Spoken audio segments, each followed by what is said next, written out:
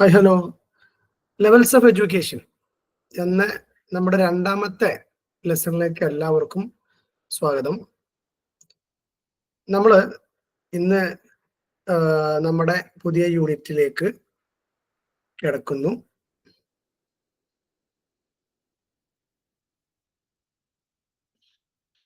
Okay, നിങ്ങൾക്ക് screen കാണുന്നുണ്ടോ? Full screen കാണുന്നുണ്ടോ?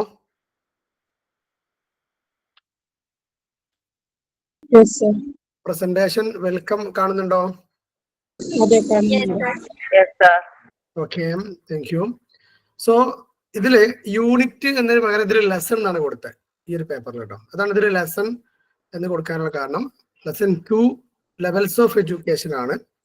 കഴിഞ്ഞ ക്ലാസ്സിലൊക്കെ നമ്മൾ പറഞ്ഞു വെച്ച പോലെ നമ്മുടെ ഓപ്പൺ വിദ്യാഭ്യാസം, ഡിസ്റ്റൻസ് എഡ്യൂക്കേഷൻ, അതിന്റെ ഒക്കെ കുറച്ചും കൂടി മാനത്തിലുള്ള പഠനമാണ് ലെവൽസ് ഓഫ് എഡ്യൂക്കേഷൻ എന്നുള്ള ഈ ഒരു unit. So here we can see the various levels of education. നിങ്ങൾക്ക് എല്ലാവർക്കും അറിയുന്ന പോയിന്റ്സ് ആണ് ഈ ഒരു ടെക്സ്റ്റിൽ അല്ലെങ്കിൽ ഈ ഒരു ലെസണിൽ നമുക്ക് പഠിക്കാനുള്ളത്.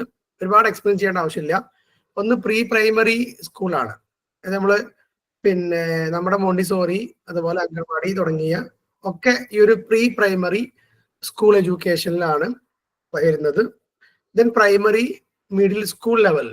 ഇവിടെ ഇതിൽ ചെറിയ ഡിഫറൻസ്, നമ്മളിവിടെ പറയുന്ന ടേംസ് ചെറിയ ഡിഫറൻസ് ഉണ്ടാവും, പറയാം. Then secondary, senior secondary, professional education, distance education, open education. ഇങ്ങനെ 8 various of levels of education ആണ് നമുക്ക് ഈ ഒരു സിലബസിന്റെ ഭാഗമായിട്ട് പഠിക്കാനുള്ളത്.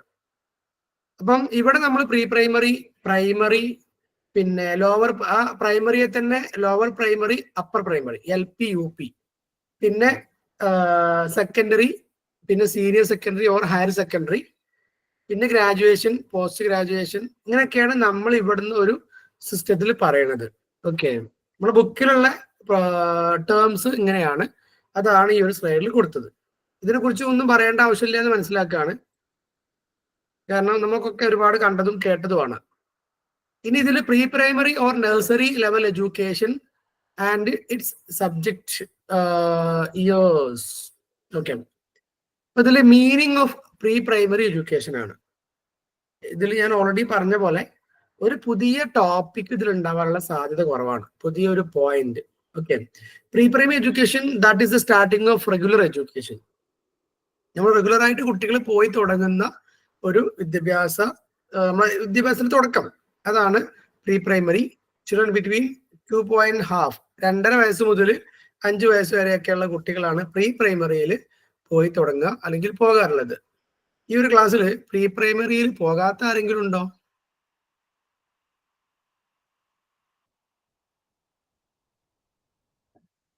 എല്ലാരും പോയിട്ടുണ്ടോ പ്രീ പ്രൈമറിയിൽ? ഞാൻ പോയിട്ടില്ല. ഞാൻ ഫസ്റ്റ് 1ാം ക്ലാസ്സിലേക്കാണ് പോണത്. അംഗൻവാടിയിൽ പോയിട്ടുണ്ട്. അംഗൻവാടി പോയിട്ടുണ്ട്. ഞാൻ അവിടേക്കും പോയിട്ടില്ല. ഞാനും പോയിട്ടില്ല. ഓക്കെ, അപ്പോ അതിന് സാധ്യത 90s ആൻഡ് 90s കിഡ്സ് ആയിരിക്കും തോന്നുന്നത്. ഞാൻ 20 ആണ് സർ, 90s അല്ല. ഞാൻ 21 ആണ്. ഞാനും പോയിട്ടില്ല. അതൊരു പുതിയ അറിവാണല്ലോ. അപ്പൊ നിങ്ങൾക്ക് എവിടെ ഇരുന്ന സമയത്ത്? എന്റെ അമ്മക്ക് സുഖമില്ലാത്തതുകൊണ്ട് ഞാൻ അവിടെ ഇവിടെ ആയിട്ട് എനിക്ക് പ്രീ പ്രൈമറി കിട്ടില്ല. ഞാൻ നാട്ടിലുണ്ടായിരുന്നില്ല, നേരെ വന്നത്. അങ്ങ് സ്റ്റേറ്റ്സിലായിരുന്നോ? ഓക്കെ, വലിയ ആളുകൾ. ഞങ്ങൾ സാധാരണക്കാരായിട്ട് പോലും ഞങ്ങൾ പോയിട്ടില്ല. ആൻഡ് അപ്പൊ എന്തിന് ഈ ഒരു പ്രീ പ്രൈമറി എഡ്യൂക്കേഷൻ? എന്റെ എയിം ആണ് ഇതിൽ ജസ്റ്റ് ഒന്ന് പറഞ്ഞു വെച്ചാണ്. Aims to promote physical health, social trait, സമൂഹത്തിൽ ഉണ്ടാകുന്ന കുറെ സ്കില്ലുകൾ, intellectual abilities, psychological development, social and emotional needs, ഇങ്ങനെ അവരുടെ സാമൂഹികമായും സാമ്പത്തികമല്ല, ശാരീരികമായും മാനസികമായുള്ള ഒരു ഡെവലപ്മെന്റ് ആണ് അതുകൊണ്ട് ഉദ്ദേശിക്കുന്നത്. No formal teaching is attempted. അവിടെ ഒരിക്കലും ഫോർമൽ ടീച്ചിങ് അറ്റംപ്റ്റ് ചെയ്യേണ്ടതില്ല എന്നാണ് പറയുന്നത്. ഓക്കെ, അഥവാ നമ്മൾ LKG പോയി കഴിഞ്ഞാൽ ഇപ്പൊ ഭയങ്കരമായി പഠിക്കും. ഫോർമൽ സ്കൂളിങ്ങും ഫോർമൽ ടീച്ചിങ്ങും ഒക്കെ അവിടെ ഉണ്ട്. ആക്ച്വലി ഇതിന്റെ ലക്ഷ്യത്തിൽ അങ്ങനെ ഇല്ല എന്നാണ് പറയുന്നത്. Okay, then variously known as nursery school, Kinder garden, Montessori, ഇങ്ങനെ ഇതിന്റെ ഒക്കെ പല പേരുകളാണ്. അതിനെല്ലാം കൂടി വിളിക്കുന്ന ഒരൊറ്റ പേരാണ് അല്ലെങ്കിൽ ഒരു കോമൺ ടേം ആണ് പ്രീ പ്രൈമറി എഡ്യൂക്കേഷൻ എന്ന് പറയുന്നത്. ആൻഡ് അതിനൊരു ഇമ്പോർട്ടൻസ് നേരത്തെ പറഞ്ഞ അതേ പോയിന്റ്സ് റിപ്പീറ്റ് ചെയ്യാണ്. ഫിസിക്കൽ ഡെവലപ്മെന്റ്, ഫിസിക്കൽ ഗ്രൗണ്ട്, അതായത് physical development, social development, intellectual, emotional and fulfilment of psychological needs. ശാരീരികമായിട്ട് അവർക്ക് നടക്കാനും ഓടാനും അവരുടെ ബോഡി പിന്നെ കൺട്രോൾ ചെയ്യാനും അവരുടെ കൈകളും പിന്നെ വരക്കാനും എഴുതാനൊക്കെ ഫിസിക്കലി അവർ ഫിറ്റ് ആവണം. ദെൻ സോഷ്യലി മറ്റു കുട്ടികളുമായി മിങ്കിൾ ചെയ്യുക, മറ്റു കുട്ടികളുമായി എൻഗേജ്ഡ് ആവുക, അവരുമായിട്ട് അവരുടെ പിന്നെ ടോയ്സ് ഷെയർ ചെയ്യുക, ഇങ്ങനെയൊക്കെയുള്ള കുറച്ച് കാര്യങ്ങൾ സോഷ്യൽ ഡെവലപ്മെന്റ്. ഇന്റലക്ച്വൽ ഡെവലപ്മെന്റ് പറഞ്ഞാൽ അവിടെ സ്കൂളിൽ കാണുന്ന വരകളും ഇതും കാണുമ്പോൾ അതിനെ ഇന്റലക്ച്വലി അവർ ക്രിട്ടിക്കൽ തിങ്കിങ്ങും റീസണിങ്ങും അതേപോലെ തന്നെ അനലിറ്റിക്കൽ തിങ്കിങ്ങും ഒക്കെ ആരംഭിക്കുക. ഇമോഷണൽ ഡെവലപ്മെന്റ് എന്ന് പറഞ്ഞാൽ ഇമോഷണലി അവരുടെ ഇമോഷണൽ ബാലൻസ് കൊണ്ടുവരാനാണ്. വീട്ടിൽ നിന്ന് പെട്ടെന്ന് മാറി നഴ്സറിക്ക് എത്തുമ്പോൾ അവരുടെ ഇമോഷണൽ ഔട്ട്ബേസ്റ്റിങ്, അതിൽ നിന്നൊക്കെ ഉള്ള ഒരു മെച്യൂരിറ്റി കൊണ്ടുവരിക എന്നുള്ളതാണ്. ദെൻ സൈക്കോളജിക്കൽ നീഡ്സ്, മാനസികമായി അവർക്ക് കിട്ടേണ്ട ഹാപ്പിനെസ്, എൻജോയ്മെന്റ്, ഫ്രീഡം, ഇങ്ങനെയൊക്കെയുള്ള കുറെ സംഭവങ്ങളെ കിട്ടുക എന്നൊക്കെയുള്ളതാണ് പ്രീ പ്രൈമറി എഡ്യൂക്കേഷന്റെ ലക്ഷ്യം. ഇനി ആ ലക്ഷ്യം തന്നെയാണ് ഇവിടെ ഒബ്ജക്റ്റീവ്സ് ആയിട്ട് പറയുന്നത് കേട്ടോ. അപ്പൊ ഇതിന് കുറെ പോയിന്റുകൾ സെയിം ആയിരിക്കും. അപ്പൊ പ്രീ പ്രൈമറി എഡ്യൂക്കേഷനെ കുറിച്ചിട്ട് പറയുന്ന അതിന്റെ ലക്ഷ്യം, എയിമും ഒബ്ജക്റ്റീവും ഒക്കെ ഏകദേശം സെയിം തന്നെയാണ് വരിക. ഒന്ന്, development of good health habit and basic skills, നല്ല ഹാബിറ്റുകൾ ഉണ്ടാക്കുക, ഹെൽത്തി ഹാബിറ്റുകൾ ഉണ്ടാക്കുക, അങ്ങനെയൊക്കെയാണ് ഇനി പറയാം. ദെൻ ബേസിക് സ്കിൽസ്, നടക്കാനും ഓടാനും ജസ്റ്റ് ഒന്ന് ചിത്രം വരക്കാനും ഒക്കെ ഉള്ള ബേസിക് സ്കിൽസ് ഉണ്ടാക്കുക. ചിലതിന് നമ്മൾ ലിസണിങ്ങും സ്പീക്കിങ്ങും ആണ് കൊടുക്കും, ചില സ്കൂളുകളിൽ റീഡിങ്ങും റൈറ്റിങ്ങും ആയിരിക്കും കൊടുക്കേണ്ടാവുക. ശരിക്കും ഇവർക്ക് കൊടുക്കേണ്ടത് ലിസണിങ്ങും സ്പീക്കിങ്ങും ആണ്. ആ രണ്ട് സ്കില്ലാണ് ശരിക്കും കൊടുക്കേണ്ടത്. പക്ഷെ നമ്മൾ സ്കൂളുകളിൽ നമുക്ക് കിട്ടാറുള്ളത് നിലവിൽ റീഡിങ്ങും റൈറ്റിങ്ങും ആണ്. Then development of desirable social attitude and habit, നമ്മൾ സമൂഹത്തിൽ നിന്ന് എന്ത് പ്രതീക്ഷിക്കുന്നു. അപ്പൊ ഈ കുട്ടികളെ ഒരു സൊസൈറ്റിയുമായി കണക്ട് ചെയ്യുന്ന പ്രോസസ്സാണ് ആക്ച്വലി കിൻഡർ ഗാർഡൻ എന്ന് പറയുന്നത്. ഡെവലപ്മെന്റ് ഓഫ് എസ്തെറ്റിക് സെൻസ്, എന്തിനേയും സൗന്ദര്യത്തിലൂടെ കാണാൻ, ഒരു ചിത്രം കണ്ടാൽ അതിന്റെ സൗന്ദര്യം ആസ്വദിക്കാന്, ഒരു ഫ്ലവർ കണ്ടാൽ അതിന്റെ സൗന്ദര്യം ആസ്വദിക്കാന്, ഒരു ക്ലാസ് റൂമിന്റെ സൗന്ദര്യം, എല്ലാത്തിന്റെയും ഒരു aesthetic value, that means the beauty sense understand ചെയ്യുക, അല്ലെങ്കിൽ അത് സെൻസ് ചെയ്യുക, അതാണ് ഡെവലപ്മെന്റ് ഓഫ് എസ്തെറ്റിക് എന്ന് പറയുന്നത്. 4, ഡെവലപ്മെന്റ് ഓഫ് ഇമോഷണൽ മെച്യൂരിറ്റി ആണ്. നേരത്തെ നമ്മൾ പറഞ്ഞു, ഇനി പറയുന്നില്ല. 5, development and stimulation of intellectual curiosity ആണ്. സോ ഇന്റലക്ച്വൽ എബിലിറ്റീസ് എന്ന് പറഞ്ഞാൽ മതി, അല്ലെങ്കിൽ ജസ്റ്റ് ക്യൂരിയോസിറ്റി എന്ന് പറഞ്ഞാലും ആ പോയിന്റ് ആകും. കാരണം സ്കൂൾ എന്ത്, ടീച്ചർ എന്ന് പറഞ്ഞാൽ എന്ത്, അതേപോലെ തന്നെ ലേണിംഗ് എന്ന് പറഞ്ഞാൽ എന്താണ്, കുട്ടികള്, പഠനം, പിന്നെ അങ്ങനെയൊക്കെയുള്ള കുറെ സോഷ്യൽ മെച്യൂരിറ്റിയും ഇന്റലക്ച്വൽ മെച്യൂരിറ്റിയും വരുന്ന ഒരു സമയമാണ് kindergarten. Then opportunity to explore, investigate and experiment, കുറെ എക്സ്പ്ലോർ ചെയ്യാണ്, അഥവാ വ്യത്യസ്തമായ ഫ്രണ്ട്സുകളിലേക്ക്, ഭാഷകളിലേക്ക്, ദാറ്റ് മീൻസ് അഥവാ ഭാഷയിലേക്ക്, കൾച്ചർ, ഇങ്ങനെയൊക്കെ എക്സ്പ്ലോർ ചെയ്യാൻ അവർക്ക് പറ്റും. ഇൻവെസ്റ്റിഗേറ്റ് ചെയ്യുക, കുട്ടികൾ എന്ത് ചെയ്യും, ഒരുപാട് ഡൗട്ട് ചോദിച്ച് അതെന്താ, ഇതെന്താ, അതെന്താ അങ്ങനെ, ഇതെന്താ ഇങ്ങനെ എന്നൊക്കെയുള്ള കുറെ ഡൗട്ട്സ് ചോദിച്ച് അവർ ഇൻവെസ്റ്റിഗേറ്റീവ് ലേണിംഗ് അവിടെ നടത്തും. ആൻഡ് എക്സ്പെരിമെന്റ്, കുട്ടികൾക്ക് പലതും ചെയ്യാന്, ചെറിയ ചെറിയ മോഡൽസ് ഉണ്ടാക്കാന്, ചിത്രം വരക്കാന്, പേപ്പർ കട്ട് ചെയ്യാന്, ഇങ്ങനെയുള്ള ചെറിയ ചെറിയ പണികളൊക്കെ ഉണ്ടാവുമ്പോൾ അവർക്ക് അതൊരു എക്സ്പെരിമെന്റ് കൂടിയാണ്. 7th one, opportunity for self expression, അവർക്ക് അവരുടെ കഥകൾ പറയാനും പാട്ട് പാടാനും പിന്നെ ഇഷ്ടങ്ങൾ പറയാനും അതിനൊക്കെ അവിടെ കേൾക്കാന് ഈ ഒരു കിൻഡർ ഗാർഡനിലുള്ള ഹെൽപ്പേഴ്സ് ഒക്കെ അവർക്ക് ഒരുപാട് കേൾക്കാനുണ്ടാവും. ഈ കുട്ടികളുടെ ഡൗട്ടുകൾ കൊണ്ട് ആറാട്ടായിരിക്കും, ഇഷ്ടം പോലെ ഡൗട്ടുകളായിരിക്കും. അപ്പൊ അതൊക്കെ ക്ലിയർ ചെയ്യണം. അങ്ങനെ ഒരുപാട് ഡ്യൂട്ടീസ് അവർക്ക് ഉണ്ട് എന്നുള്ളതാണ് ചുരുക്കി പറഞ്ഞാല്.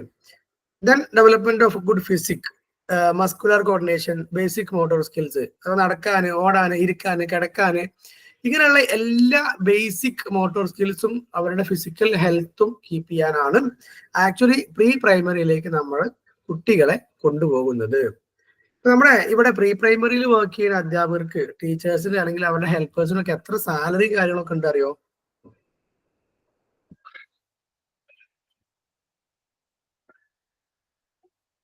അറിയാം സർ.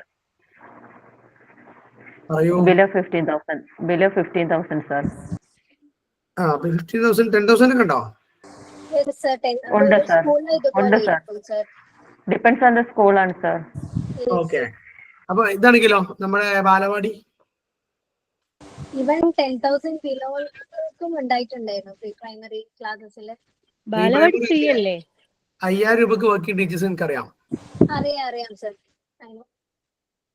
LKG UKG വെറും 5,000 രൂപക്ക് വർക്ക് ചെയ്യുന്ന ആൾക്കാർ എനിക്കറിയാം.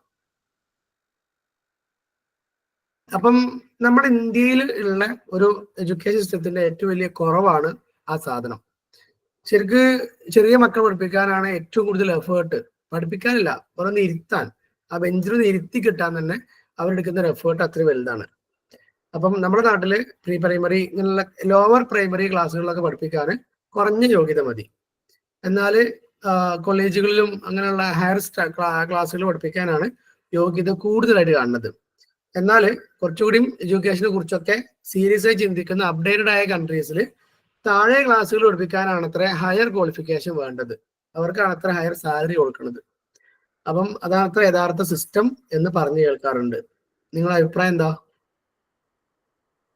അത് കറക്റ്റ് ആണ് സാർ. കാരണം നമ്മൾ ബേസിക് റെഡി ആക്കണല്ലോ.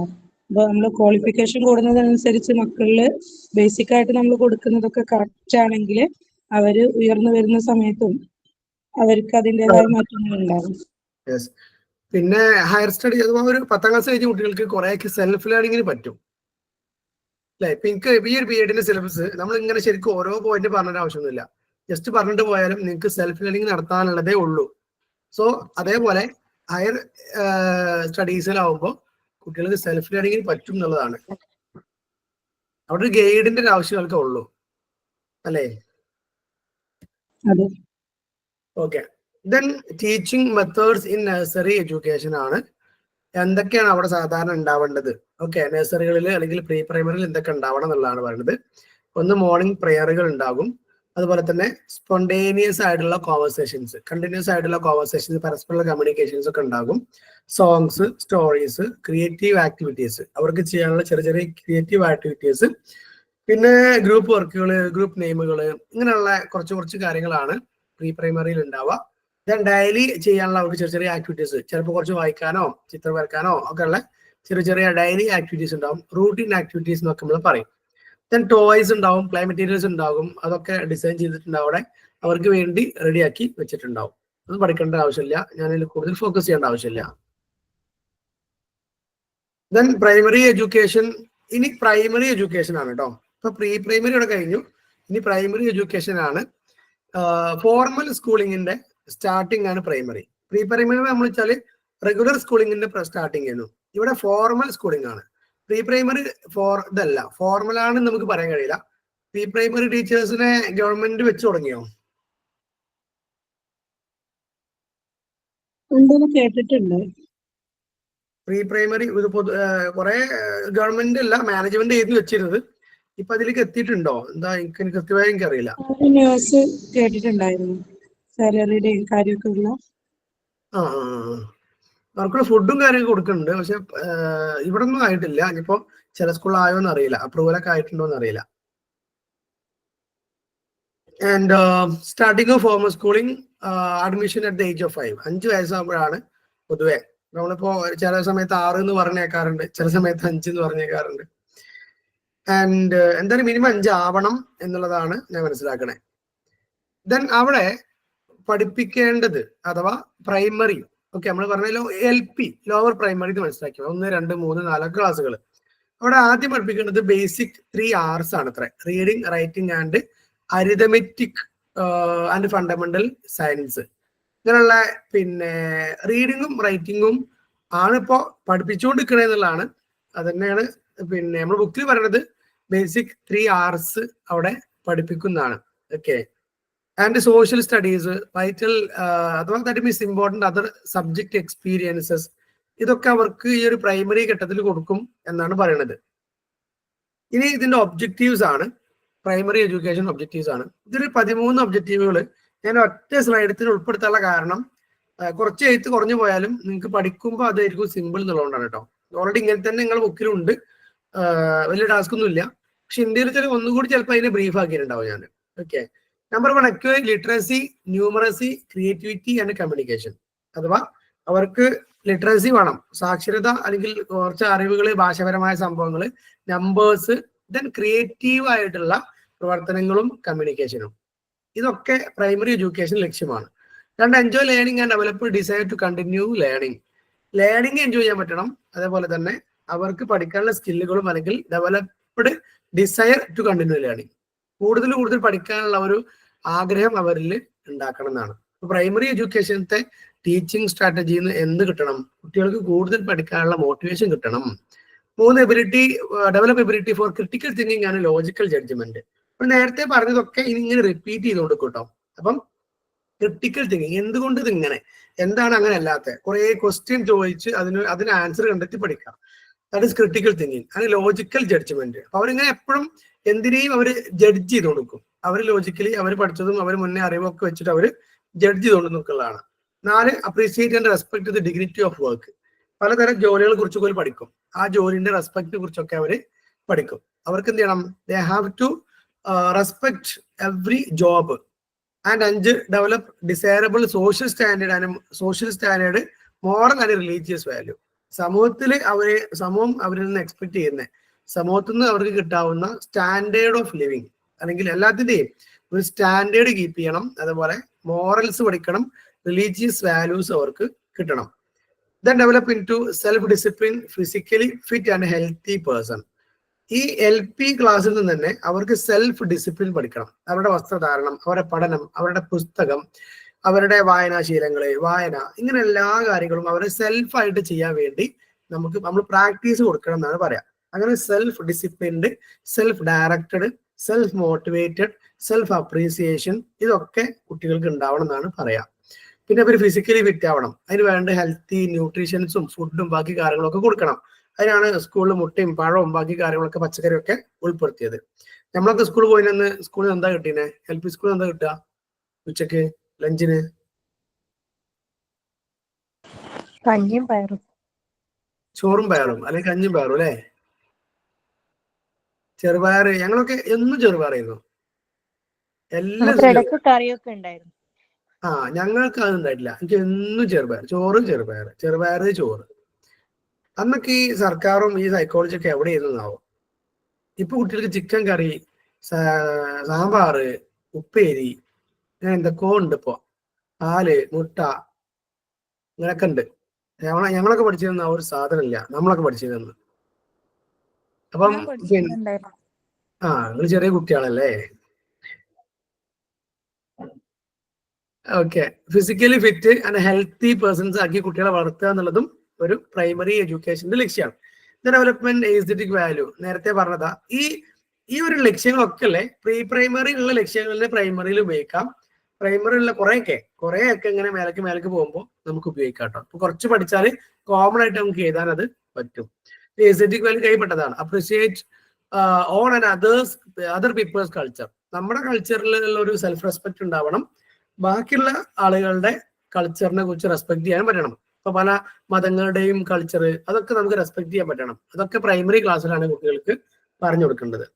പിന്നെ develop awareness and appreciation of the environment. പ്രകൃതിയെ സ്നേഹം, പ്രകൃതിയെ എങ്ങനെ സംരക്ഷിക്കാം, പ്ലാസ്റ്റിക് എങ്ങനെ നമ്മൾ പ്രകൃതിയിൽ നിന്ന് ഒഴിവാക്കാം, അങ്ങനെയുള്ള കുറെ സംഭവങ്ങൾ. ഞങ്ങളുടെ നാട്ടില് ഇപ്പൊ അടുത്ത് പഞ്ചായത്തിന്റെ ഒരു ഇതുണ്ടായിരുന്നു, പിന്നെ പ്ലാസ്റ്റിക് സീറോ മങ്കട ഹീറോ എന്ന് പറഞ്ഞിട്ട്. പിന്നെ മോനൊക്കെ അതിനൊക്കെ അതൊക്കെ ഉണ്ടാക്കിയിട്ട് പേപ്പർ ബാഗൊക്കെ ഞാൻ 4-5 ഉണ്ടാക്കി കൊടുത്ത് അതൊക്കെ കൊണ്ടുപോയി. പക്ഷെ പിന്നെ ഇടയ്ക്കിടയ്ക്ക് അവന്റെ വായിൽ വരുന്ന ഒരു ഡയലോഗ് എന്നത് പ്ലാസ്റ്റിക് സീറോ മങ്കട ഹീറോ എന്ന് പറഞ്ഞിട്ട്. അവരിൽ എന്ത് ചെയ്യണേ അറിയാതെ ആ ഒരു മെസ്സേജ് അവിടെ പിന്നെ നമുക്ക് ഇംപ്ലിമെന്റ് ചെയ്യാൻ പറ്റും. പിന്നെ ഇൻസ്റ്റിൽ respect and love for own country. നമ്മുടെ രാജ്യത്തെ സ്നേഹിക്കണം. And need for harmonious co existence. നമ്മുടെ നാടിനെ, നമ്മുടെ രാജ്യം, അതിനോടൊക്കെ സ്നേഹം. അവന് പിന്നെ ഇന്ത്യന്റെ കൊടി കാണുമ്പോ, എന്റെ മോനെ കേട്ടോ, ഇന്ത്യന്റെ കൊടി കാണുമ്പോ ഒരു പ്രത്യേക ഒരു അട്രാക്ഷൻ. ഇന്ത്യ എന്ന് പറഞ്ഞു നടക്കും. അങ്ങനെ നമ്മൾ ഈ റോഡിലേക്ക് പോകുമ്പോ കോൺഗ്രസിന്റെ സമ്മേളനമൊക്കെ ഉണ്ടാവുമ്പോ കോൺഗ്രസിന്റെ കൊടി ഉണ്ടാവുമല്ലോ, അപ്പൊ അത് കണ്ടാണ്ട് ഇന്ത്യ എന്ന് പറഞ്ഞിട്ട് ഇങ്ങനെ ശബ്ദം ഉയർത്തുന്നേക്കാം. അപ്പൊ നമ്മൾ ആ ഒരു ഓഗസ്റ്റ് 15 സ്കൂളിൽ നിന്നും നമ്മൾ വീട്ടിൽ നിന്നൊക്കെ കൊടുക്കുന്ന ആ ഒരു സ്പിരിറ്റ് ആണ്, നാഷണാലിറ്റി ആണ് ആ ഒരു പിന്നെ കുട്ടി എക്സ്പ്രസ് ചെയ്യണത്. സോ അതൊക്കെ സ്കൂളുകളിൽ നിന്നും അല്ലെങ്കിൽ നമ്മുടെ ഇടപെടലുകളിൽ നിന്നും ആണത് കിട്ടുന്നത് എന്നാണ് ചുരുക്കി പറഞ്ഞാല്. And awareness and appreciation for others nation and international community. വേറെയും രാജ്യക്കാരുണ്ട്, വേറെയും മതക്കാരുണ്ട്, വേറെയും സംസ്ഥാനത്തിലെ ആളുകളുണ്ട്. അവരൊക്കെ മനുഷ്യന്മാരാണ്, അവരൊക്കെ റെസ്പെക്ട് ചെയ്യണം എന്നുള്ളൊരു സിസ്റ്റം അല്ലെങ്കിൽ ഒരു മെസ്സേജ് കുട്ടിക്ക് കിട്ടണം. Develop individual talents. അതേ സമയത്ത് ഓടാനും ചാടാനും വായിക്കാനും എഴുതാനും വരക്കാനും പിന്നെ നീന്താനും അങ്ങനെയുള്ള എല്ലാ ഇൻഡിവിജ്വൽ സ്കില്ലുകളും കുട്ടി അക്വയർ ചെയ്യേണ്ട ഒരു സമയമാണ് പ്രൈമറി എഡ്യൂക്കേഷൻ. നമ്മളെ കുട്ടിക്ക് സൈക്കിൾ ഓടിക്കാൻ അറിയണം, അതുപോലെ തന്നെ നീന്താൻ അറിയണം, അതേപോലെ തന്നെ ബാക്കിയുള്ള ടെക്നിക്കൽ ആയിട്ടുള്ള കാര്യങ്ങൾ അറിയണം, ഡ്രോയിങ്ങിന് കഴിവുണ്ടോ എന്ന് നമ്മൾ നോക്കണം, സിംഗിങ്ങിന് കഴിവുണ്ടോ എന്ന് നോക്കണം, പോയം റെസിറ്റേഷന് കഴിവുണ്ടോ എന്ന് നോക്കണം, അതല്ലെങ്കിൽ പോയം റൈറ്റിങ്ങിൽ പിന്നെ കഴിവുണ്ടോ നോക്കണം. അങ്ങനെ എന്തൊക്കെ കഴിവുകളുണ്ട് നമ്മൾ ഇങ്ങനെ അവരെങ്ങനെ പരീക്ഷിച്ചുകൊണ്ടിരിക്കേണ്ട സമയമാണ്. അതിലിങ്ങനെ ട്രെയിനിങ് കൊടുത്തുകൊണ്ടിരിക്കേണ്ട കളികള്, പിന്നെ എല്ലാത്തിനും ട്രെയിനിങ് കൊടുക്കേണ്ട ഒരു സമയമാണ് പ്രൈമറി എന്ന് പറയുന്നത്. Then promote social responsibility and make proper use of leisure time. അവരെങ്ങനെയാണ് സോഷ്യലി റെസ്പോൺസിബിൾ ആക്കുക? നമുക്ക് ചില കോമൺ ആയിട്ട് സോഷ്യൽ തിങ്സ് ഒക്കെ വരുമ്പോൾ ഒരു വേസ്റ്റ് മാനേജ്മെന്റോ അതല്ലെങ്കിൽ പിന്നെ ഒരു പബ്ലിക് ആയിട്ടുള്ള എന്തെങ്കിലും വസ്തു കേടുവരുത്താതിരിക്കണതോ അല്ലെങ്കിൽ നമ്മൾ ഡിസിപ്ലിൻ പാലിക്കണതോ അതൊക്കെ അവരെ പഠിപ്പിച്ചു കൊടുക്കണം എന്നാണ്. പിന്നെ ലെഷർ ടൈം, അവരുടെ ഒഴിവ് സമയം എങ്ങനെയാണ് സ്പെൻഡ് ചെയ്യുക, അത് നമ്മൾക്ക് അവർക്ക് കൃത്യമായ ഡയറക്ഷൻസ് കൊടുക്കണം എന്നൊക്കെയാണ് പറയുന്നത്. ആൻഡ് അതിനാണ് നമ്മൾ ഈ വെക്കേഷനൊക്കെ വരുമ്പോൾ വെക്കേഷൻ വർക്ക് കുട്ടികൾക്ക് ഉണ്ടാവും. ഒരു വെക്കേഷനിൽ ചെയ്യേണ്ട കുറച്ച് വർക്കുകളൊക്കെ ഉണ്ടാവും. നമ്മൾ പറയും സ്കൂളിൽ പോകുമ്പോൾ കുട്ടിക്ക് അപ്പൊ തന്നെ കുറെ പഠിക്കാണ്ട്, ഈ വെക്കേഷനിലും എന്തിനാ വർക്ക് കൊടുത്തത് എന്നൊക്കെ ചോദിക്കും. പക്ഷെ ആക്ച്വലി ലെഷർ ടൈമിനെ ഉപയോഗപ്പെടുത്താനുള്ള കുറെ വർക്കുകളാണ് ആ സമയത്ത് കുട്ടികൾക്ക് കൊടുക്കേണ്ടത്.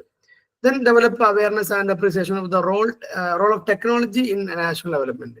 ടെക്നോളജിന്റെ റോൾ എന്താ? ഒരു 4ാം ക്ലാസ് ഒക്കെ ആകുമ്പോഴേക്ക് ടെക്നോളജിന്റെ കൂടെ അവരെ വളർത്തുക എന്നൊക്കെ ഉള്ളത് നമ്മുടെ ഒരു ഉത്തരവാദിത്തമാണ്. ഇനി പ്രൈമറി കഴിഞ്ഞാൽ നേരെ സെക്കൻഡറി എഡ്യൂക്കേഷൻ ആണ്. പിന്നെ ഇപ്പോ നിലവിൽ നമ്മൾ അവിടെ ലോവർ പ്രൈമറി ഉള്ളത് ആദ്യത്തെ 4 വർഷമാണ്, 4 വരെയാണ്. ഇനി അത് എന്ത് ചെയ്യും? 5ാം ക്ലാസ് ലോവർ പ്രൈമറിക്ക് വരും. 1, 2, 3, 4, 5 LP ആകും, 6, 7, 8 UP ആകും, 9, 10 +1 +2 എന്നൊക്കെ ഉള്ളത് സെക്കൻഡറി എഡ്യൂക്കേഷന് ആകും. അവിടേക്കാണ് പോണത്. പിന്നെ ഡിഗ്രി 4 വർഷം ആകും. അപ്പോൾ ആ ഒരു പിന്നെ നാഷണൽ എഡ്യൂക്കേഷൻ പോളിസി NEP-യെ കുറിച്ചൊക്കെ നിങ്ങൾ കേട്ടിട്ടുണ്ടാവും. അപ്പം ഇവിടെ പിന്നെ മൊത്തത്തിൽ പറയണത് 5 വർഷത്തെ ഒരു പ്രൈമറി പ്ലസ് 5 വർഷം, അങ്ങനെ മൊത്തം 10 വർഷത്തെ ഒരൊറ്റ ബാച്ച്, 2 ബാച്ചുകളായിട്ടാണ് ഇതിൽ പറയുന്നത്. പിന്നെ 2 വർഷത്തെ ഹയർ സെക്കൻഡറി കോഴ്സ് ഉണ്ട് 10ാം ക്ലാസ്സിന് ശേഷം, 3 വർഷത്തെ ഡിപ്ലോമ ഓർ അതർ കോഴ്സുകൾ, നമ്മൾ ഗ്രാജുവേഷനും ബാക്കിയുള്ള കോഴ്സുകളൊക്കെ ഉണ്ട്. 10ാം ക്ലാസ് കഴിഞ്ഞാൽ തന്നെ നമുക്ക് ഡിപ്ലോമ കോഴ്സുകൾ ആരംഭിക്കുന്നുണ്ട്. +2 കഴിഞ്ഞാൽ ഡിപ്ലോമ, വൊക്കേഷണൽ ഡിപ്ലോമകളൊക്കെ ഉണ്ട്. അപ്പൊ അതൊക്കെ ശരിക്കും കുറേ കുട്ടികൾക്ക് അതിനെ കുറിച്ചൊന്നും അറിയില്ല. കുറേ ആളുകൾ വിചാരം 10ാം ക്ലാസ് കഴിഞ്ഞ് നേരെ +2 പറ്റുള്ളൂ, +2 കഴിഞ്ഞാൽ ഡിഗ്രി എടുക്കണം, ഡിഗ്രി കഴിഞ്ഞാൽ PG എടുക്കണം, അതൊക്കെ തന്നെയുള്ള വിദ്യാഭ്യാസം എന്ന് കരുതി നിൽക്കുന്ന കുറേ ആളുകൾ നമ്മുടെ സമൂഹത്തിൽ ഉണ്ട് എന്നുള്ളതൊരു വസ്തുതയാണ് കേട്ടോ. ദെൻ സെക്കൻഡറി എഡ്യൂക്കേഷന്റെ ഇമ്പോർട്ടൻസ് ആണ്. സെക്കൻഡറി, സീനിയർ സെക്കൻഡറി രണ്ടായിട്ടും പറയാറുണ്ട്, ഒന്നിച്ചും പറയാറുണ്ട് കേട്ടോ. സോ ഇവിടെ develop physically and other potentials, അവരുടെ ശാരീരികമായതും മറ്റു കഴിവുകളൊക്കെ ഇമ്പ്രൂവ് ചെയ്യണം എന്നുള്ളതാണ് ഒന്ന്. Then individual potentialities R developed, അവർക്ക് അവരുടെ വ്യക്തി വികാസത്തിന് സമയമാണ്. കാരണം ഒരു 5ാം ക്ലാസ് അല്ലെങ്കിൽ ഒരു പിന്നെ 8, 9, 10 ആ ലെവലിലേക്കൊക്കെ പോകുമ്പോഴേക്ക് അവരൊരു മെച്യൂർഡായി വരുന്ന ഒരു സമയമാണ്, ടീനേജിലേക്കൊക്കെ കിടക്കുന്ന ഒരു സമയമാണ്. അപ്പം പിന്നെ അവർ കുറച്ചുകൂടിയും ലൈഫിനെ സീരിയസ് ആയി എടുക്കേണ്ട സമയമാണ്. അവരുടെ സ്കില്ലുകളെല്ലാം പൊട്ടൻഷ്യാലിറ്റീസ് അവർ എക്സ്പ്ലോർ ചെയ്യേണ്ട സമയമാണ്. അവരുടെ ആറ്റിറ്റ്യൂഡ്, എബിലിറ്റീസ്, ഇൻട്രസ്റ്റ് ഇതൊക്കെ തിരിച്ചറിയേണ്ട ഒരു സമയം കൂടിയാണ്. പിന്നെ 2 ഇയർ ഡിപ്ലോമ കോഴ്സുകളുണ്ട് അവിടെ ആഫ്റ്റർ സെക്കൻഡറി എഡ്യൂക്കേഷൻ. അതേപോലെ ഹയർ സ്റ്റഡീസിന് കുറിച്ച് ചിന്തിക്കേണ്ട ഒരു സമയമാണ്. It is the link between primary and higher education. Primary education വിട്ട് സെക്കൻഡറി എഡ്യൂക്കേഷനിൽ എത്തുമ്പോൾ ഇത് കഴിഞ്ഞിട്ട് എന്താണ് ഹയർ എഡ്യൂക്കേഷന് പോകേണ്ടത്, ഏത് സ്ട്രീമാണ് തിരഞ്ഞെടുക്കേണ്ടത്, ഏത് ജോലിയെ കേന്ദ്രീകരിച്ചാണ് ഞാൻ പോകേണ്ടത് എന്നതൊക്കെ ചിന്തിക്കേണ്ട സമയമാണ് സെക്കൻഡറി എഡ്യൂക്കേഷൻ. ഒരു 8, 9, 10 സമയത്ത് നിർബന്ധമായി കുട്ടികൾ അവരുടെ പ്രൊഫഷനെ കുറിച്ചിട്ട് ചിന്തിച്ചു തുടങ്ങണം, ചിന്തിച്ച് കഴിയണം എന്നുള്ളതാണ്. ഒരു 10ാം ക്ലാസ് ആകുമ്പോഴേക്കെങ്കിലും അവർ എന്ത് ജോലി, ഏത് പ്രൊഫഷനിൽ പോകും എന്ന് കൃത്യമായി അവർക്കൊരു ധാരണ വേണം. Then have the students either to opt for higher education or choose a job. 10ാം class കഴിഞ്ഞാൽ കുട്ടിക്ക് ഏതെങ്കിലും ഒരു ജോബ് ഓറിയന്റഡ് ഡിപ്ലോമ ചെയ്തിട്ട് അങ്ങനെ പോകാം, അല്ലെങ്കിൽ ഹയർ സെക്കൻഡറി പൂർത്തിയാക്കാം, അതിനുശേഷം വീണ്ടും ഡിപ്ലോമയിലേക്ക് പോകാം, അതല്ലെങ്കിൽ വൊക്കേഷണൽ ട്രെയിനിങ്ങിലേക്ക് പോകാം. അങ്ങനെയൊക്കെയുള്ള ഓപ്ഷൻസ് ഉണ്ട് എന്നുള്ളത് നമ്മൾ പറഞ്ഞു കൊടുക്കേണ്ട സമയമാണ് സെക്കൻഡറി എഡ്യൂക്കേഷൻ. അപ്പൊ 8, 9, 10 ക്ലാസ്സുകൾക്ക് നിരന്തരമായിട്ട് എന്ത് ചെയ്യണം, ഒരുപാട് അവർക്കുള്ള എഡ്യൂക്കേഷണൽ ഓപ്പർച്യൂണിറ്റീസ് കുറിച്ചിട്ടും വൊക്കേഷണൽ കോഴ്സുകളെ കുറിച്ചൊക്കെ പറഞ്ഞു കൊടുക്കണം എന്നാണ് ചുരുക്കി പറഞ്ഞാൽ. Help the students and help the citizen in planning the future economy of the nation. പിന്നെ രാജ്യത്തിന്റെ ഭാവിയെ കുറിച്ച് പോലും അവർ ചിന്തിച്ചു തുടങ്ങേണ്ട സമയമാണ് എന്നും കൂടി അതിൽ പറയുന്നുണ്ട്. സെക്കൻഡറി എഡ്യൂക്കേഷന്റെ ഒബ്ജക്റ്റീവ്സ് ആണ്. നേരത്തെ കണ്ട കുറെ പോയിന്റുകൾ ഇതിൽ റിപ്പീറ്റ് ചെയ്യും കേട്ടോ. Encourage to continue their education after the primary level. ഇപ്പൊ പ്രൈമറി ലെവലിൽ ഇങ്ങനെ അവർ പലപ്പോഴും ലാഗ് അടിച്ചൊക്കെ പല പ്രശ്നങ്ങളും നേരിട്ട് പോയിട്ടുണ്ടാവും. സെക്കൻഡറിയിൽ അവർക്ക് ഒരു വഴിത്തിരിവായിരിക്കും കുറെയൊക്കെ. അവർ പഠനത്തിലേക്കും അവരുടെ കഴിവുകളൊക്കെ തിരിച്ചറിയുന്ന ഒരു സമയമൊക്കെയാണ്. Then facility to learn more in depth and breadth. കുറച്ചുകൂടി കൂടുതൽ ഒരു വിഷയത്തെ കുറിച്ച് പഠിക്കുകയാണ്. അപ്പം സെക്കൻഡറിയിലാവുമ്പോൾ ഓരോരോ വിഷയം കുറച്ചുകൂടി ഡെപ്ത് ആയിട്ട് ഇങ്ങനെ പോയി തുടങ്ങുന്ന ഒരു സമയമാണ്. Train them in citizenship. ഒരു നല്ല മനുഷ്യനാവാൻ വേണ്ട എല്ലാ ട്രെയിനിങ്ങും, ഒരു നമ്മുടെ രാജ്യത്തിന്റെ നിയമങ്ങള്, ട്രാഫിക് റൂൾസ്, അതേപോലെ തന്നെ സൊസൈറ്റൽ റൂൾസ്, നോംസ്, ഇതെല്ലാം കുട്ടികളെ പഠിപ്പിക്കേണ്ട ഒരു സമയമാണ് സെക്കൻഡറി എഡ്യൂക്കേഷൻ എന്ന് പറയുന്നത്. Then prepare them for higher education in academic subject. അവർക്ക് ഏത് സബ്ജക്റ്റിലാണ് ഇൻട്രസ്റ്റ് അല്ലെങ്കിൽ അവർക്കുള്ള കഴിവ്, അതനുസരിച്ച് അവർക്കുള്ള സീനിയർ സെക്കൻഡറി ഒക്കെ സെലക്ട് ചെയ്യേണ്ട സമയം കൂടിയാണ്. Then prepare for employment. കൃത്യമായി ഇവരെ നിങ്ങൾക്ക് ഏത് ജോലിയാണ് വേണ്ടത്, ആ ജോലിക്കുള്ള പഠനമാണ് ഇനി വേണ്ടത് എന്നൊക്കെ പറഞ്ഞു കൊടുക്കല് നമ്മുടെ ഉത്തരവാദിത്വമാണ്. Arrange for learning a third language. ഒരു third language, first language second language, അത് രണ്ടും പഠിച്ച് അടുത്തൊരു ഭാഷ പഠിക്കാനൊക്കെ ഉള്ള ഒരു സമയം കൂടിയാണ്. Improving the standard of general education. മൊത്തത്തിൽ നമ്മുടെ കുട്ടികളുടെ എഡ്യൂക്കേഷൻ സിസ്റ്റം അല്ലെങ്കിൽ എഡ്യൂക്കേഷന്റെ ഒക്കെ ഒരു നിലവാരം ഉയർത്തേണ്ട സമയം ഈ ഒരു സെക്കൻഡറി എഡ്യൂക്കേഷൻ ആണെന്ന് പറയുന്നുണ്ട്. Then students learn maths, physics, physical എഡ്യൂക്കേഷന്, creative work, social science etcetera. നമുക്കറിയാം സ്കൂളുകളിൽ നിന്ന് ഒരുപാട് പലതരം പീരീഡുകൾ ഉണ്ട്. അവിടെ ഇംഗ്ലീഷും മാത്സും ഫിലോസഫിയും പിന്നെ സയൻസും സോഷ്യലും മാത്രമല്ല, ഇപ്പൊ ആർട്ട് എഡ്യൂക്കേഷന് പീരീഡ് ഉണ്ട്, ഫിസിക്കൽ എഡ്യൂക്കേഷന് പീരീഡ് ഉണ്ട്, മ്യൂസിക്കിന് പീരീഡ് ഉണ്ട് തോന്നുന്നില്ലേ കുറച്ചൊക്കെ. എന്തൊക്കെ പീരീഡ് ഉള്ളേ? ആർട്ട് എഡ്യൂക്കേഷൻ മ്യൂസിക് മാർട്സ് നമ്മൾ പഠിക്കുമ്പോഴേ ഉണ്ടല്ലേ? എനിക്ക് ഓർമ്മ ഉണ്ട്, നമ്മളൊക്കെ ആർട്ടിന്റെ പീരീഡ് ചിലപ്പോ പി ടിക്ക് പോകും, അല്ലെങ്കിൽ മാത്സ് ടീച്ചർ വരും ഹോംവർക്ക് ചെയ്യാനുള്ള ബാക്കി ചെയ്യാനൊക്കെ. മാത്സിന്റെയും ഇംഗ്ലീഷിന്റെയും ഒക്കെ അധ്യാപകർ വരില്ലായിരുന്നു ശരിക്കും. ഇപ്പൊ സ്കൂളുകളിലെ പലതരം ക്ലബുകളൊക്കെ ഉണ്ട്, യോഗ പഠിക്കുന്ന സ്കൂളുകളുണ്ട്. ഞാനിപ്പോ അടുത്തൊരു സ്കൂൾ ഒബ്സർവേഷൻ പോയപ്പോ അവിടെ ഉണ്ട് ഒരു ടീച്ചറും കുറച്ച് കുട്ടികളും, നമ്മളെ ശ്രുതിയോ എന്താ മറ്റേ ബോക്സിന് പേര്, ഈ പാട്ട് പാടുമ്പോഴേ ഇതില്ലേ ഒരു എന്താ ശ്രുതി ഇടാന്നല്ലേ പറയാം. നിങ്ങൾ എല്ലാവരും അല്ലേ പാട്ടിന്റെ ബാക്ക്ഗ്രൗണ്ടിൽ ഇങ്ങനെ ചെറിയ മ്യൂസിക് ഇടില്ല, അതിന് ശ്രുതി എന്നല്ലേ പറയാം. മ്യൂസിക് ഇടുന്ന സാധനം ഹാർമോണിയം അല്ലേ? ഹാർമോണിയം അല്ലേ? പാട്ടിന്റെ പാട്ട് പാടുമ്പോ ചെറിയ സാധനമാണോ? സാധനമാണ് എനിക്കും നിങ്ങൾക്ക് അതിനെ കുറിച്ച് അറിയില്ല, നമുക്ക് തൽക്കാലം ഉണ്ടാകാം. ഓരോ ലൈൻ ഇങ്ങനെ നീക്കണതാണോ? കരോക്കെ ഒന്നല്ല. അല്ല സാർ, ശ്രുതി ബോക്സ് ഉണ്ട്, ഒരു ചെറിയ സാധനം, ഒരു ചെറിയ അങ്ങനെ ശ്രുതി ബോക്സ് ഇട്ടിട്ട് കുട്ടികളെ പാട്ട് പഠിപ്പിക്കുന്ന ടീച്ചറൊക്കെ ഞാൻ കണ്ടു എന്നാണ് ചുരുക്കി പറഞ്ഞാല് സ്കൂളുകളില്. അപ്പം അതിനൊക്കെ ടീച്ചേഴ്സ് ഉണ്ട്, ഡാൻസ് പഠിപ്പിക്കണു, മ്യൂസിക് പഠിപ്പിക്കണു. അപ്പൊ അതൊക്കെ പഠിപ്പിക്കാൻ ഇന്ന് സ്കൂളുകളിൽ അധ്യാപകരുണ്ട് എന്നുള്ളതാണ് പറഞ്ഞു വരുന്ന point. Okay. And provide students subsidised transport and text book. എന്താ സബ്സിഡൈസ്ഡ് ട്രാൻസ്പോർട്ട് ആൻഡ് ടെക്സ്റ്റ് ബുക്കോ? ആ പോയിന്റ് എന്താ നിനക്ക് ഓർക്കണില്ല? ട്രാൻസ്പോർട്ട് ആ പോയിന്റ് നമുക്ക് സ്കിപ്പ് ചെയ്യാം, പിന്നെ കിട്ടണേ പറഞ്ഞിട്ടുണ്ട്. Then establish separate girls school wherever necessary. നമ്മൾ അവിടെ ഉണ്ട് ഗേൾസിന് പ്രത്യേക സ്കൂള്, അവിടെ ബോയ്സിന് അഡ്മിഷൻ ഉണ്ടാവില്ല. എന്നിട്ട് ഇപ്പുറത്ത് ബോയ്സിന്റെ സ്കൂൾ ഉണ്ടാവും, അവിടെ ഗേൾസിന് അഡ്മിഷൻ ഉണ്ടാവും ചെയ്യും. അവിടെ അങ്ങനെ ഹയർ സെക്കൻഡറിയിലൊക്കെ ഗേൾസ് ഹയർ സെക്കൻഡറി സ്കൂൾ ഉണ്ടാവും. നിങ്ങളവിടെ ഒന്നുമില്ല?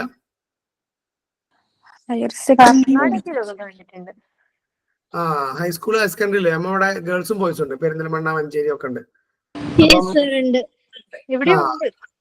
ഉണ്ട് അവിടെ ഗേൾസില് ബോയ്സിന് അഡ്മിഷൻ ഇല്ല, ബോയ്സിൽ ഗേൾസിന് അഡ്മിഷൻ ഉണ്ട്. ഇപ്പൊ ഈ വർഷം മുതൽ എനിക്ക് തോന്നുന്നത് ഗേൾസിൽ ബോയ്സിന് അഡ്മിഷൻ ഉണ്ട് തോന്നുന്നു. അങ്ങനെ എന്തോ ഒരു ഓർഡർ വന്നതായിട്ടൊക്കെ കേട്ടു.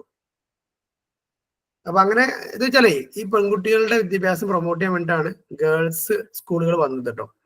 അപ്പൊ പിന്നെ എല്ലാ കുട്ടികളും സ്കൂൾക്ക് വരുന്നുണ്ടല്ലോ, പിന്നെ അവർക്ക് പ്രത്യേകിച്ച് സ്കൂൾ വേണ്ട എന്നുള്ളതായിരിക്കും ഗവൺമെന്റിന്റെ നയം. Then establish A pace setting school, അഥവാ ഓരോരുത്തർക്കും അവനവന്റെ സ്പീഡിൽ പഠിക്കാൻ പറ്റുന്ന സ്കൂള്, നവോദയ വിദ്യാലയ എന്നൊക്കെ കേട്ടിട്ടുണ്ടാവാം. അപ്പൊ അങ്ങനെ സെക്കൻഡറി എഡ്യൂക്കേഷന്റെ ഒബ്ജക്റ്റീവ് ആണ് ഇവിടെ നമ്മൾ കണ്ടത്. ഇനി ഹയർ സെക്കൻഡറി എഡ്യൂക്കേഷനൊക്കെയാണ് പോണത്. Okay, aims of higher secondary education ആണ് preparation for higher education and professional education. നമ്മളൊരു പ്രൊഫഷണൽ ആയിട്ട് നമ്മളിപ്പോ അല്ലെ +1 +2 മുതൽ നമ്മൾ എന്ത് ചെയ്യും, ഒരു പർട്ടിക്കുലർ ഫീൽഡ് ഓപ്റ്റ് ചെയ്തിട്ട് വേണം പോവാൻ. അപ്പൊ ശരിക്കും നമ്മൾ ഫോക്കസ് ചെയ്യേണ്ടത് സെക്കൻഡറി എഡ്യൂക്കേഷനിലാണ്. അവിടുന്ന് ഒരു കുട്ടി അവന്റെ പ്രൊഫഷൻ തീരുമാനിക്കണം. അവന് കൊമേഴ്സ്, ഹ്യൂമാനിറ്റീസ്, സയൻസ് മൂന്ന് തരത്തിലേക്ക് പോകാനുള്ളതായതുകൊണ്ട് ശരിക്കും സെക്കൻഡറിയിൽ അത് തീരുമാനിച്ചിട്ട് വേണം കുട്ടി ഹയർ സെക്കൻഡറിയിൽ ഏത് സ്ട്രീം ഓപ്റ്റ് ചെയ്യണം തീരുമാനിക്കാൻ.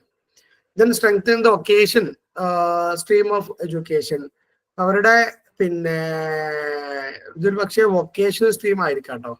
അവർക്ക് പിന്നെ ഏത് ജോലി സംബന്ധമായിട്ട് മുന്നോട്ട് പോകണം, അതിലേക്കുള്ള സ്ട്രീം എന്ത് ചെയ്യണം, അവര് ഓപ്റ്റ് ചെയ്യണം. ചില ആളുകൾക്ക് ടെക്നിക്കൽ എഡ്യൂക്കേഷൻ ആണെങ്കിൽ അങ്ങനെ പോളിടെക്നിക്കോ VHSCയോ ആ ഒരു സൈഡിലേക്ക് പോകണം.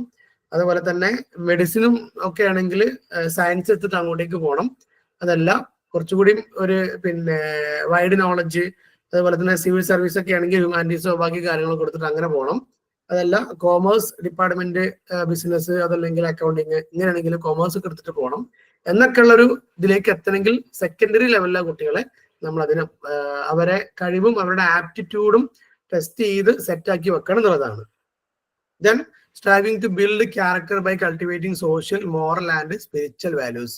ഇവരിലൊക്കെ എന്ത് ചെയ്യണം, social values, moral values, spiritual values കൊണ്ടുവരാൻ വേണ്ട ആക്ടിവിറ്റീസ് നമ്മൾ പ്ലാൻ ചെയ്യണം. അതിന് വേണ്ട പ്രവർത്തനങ്ങൾ കൊടുക്കണം. ടെക്സ്റ്റ് ബുക്കിൽ കുറേ സംഭവങ്ങൾ അതിന് പറ്റുന്നതുണ്ട്. Okay, then training in citizenship and rational thinking. കുറച്ചുകൂടി വിശാലമായി ചിന്തിക്കാനും നമ്മുടെ being a good citizen, being a good social member, അതിലേക്കും കൂടിയും കുട്ടികൾക്ക് എത്താനുള്ള ട്രെയിനിങ് അല്ലെങ്കിൽ ഉപദേശങ്ങൾ നമ്മൾ കൊടുക്കണം എന്നുള്ളതാണ് ഹയർ സെക്കൻഡറി എഡ്യൂക്കേഷന്റെ എയിമുകളിൽ വന്നിട്ടുള്ളത്. ദെൻ ഹയർ എഡ്യൂക്കേഷൻ ആണ് പിന്നീട്.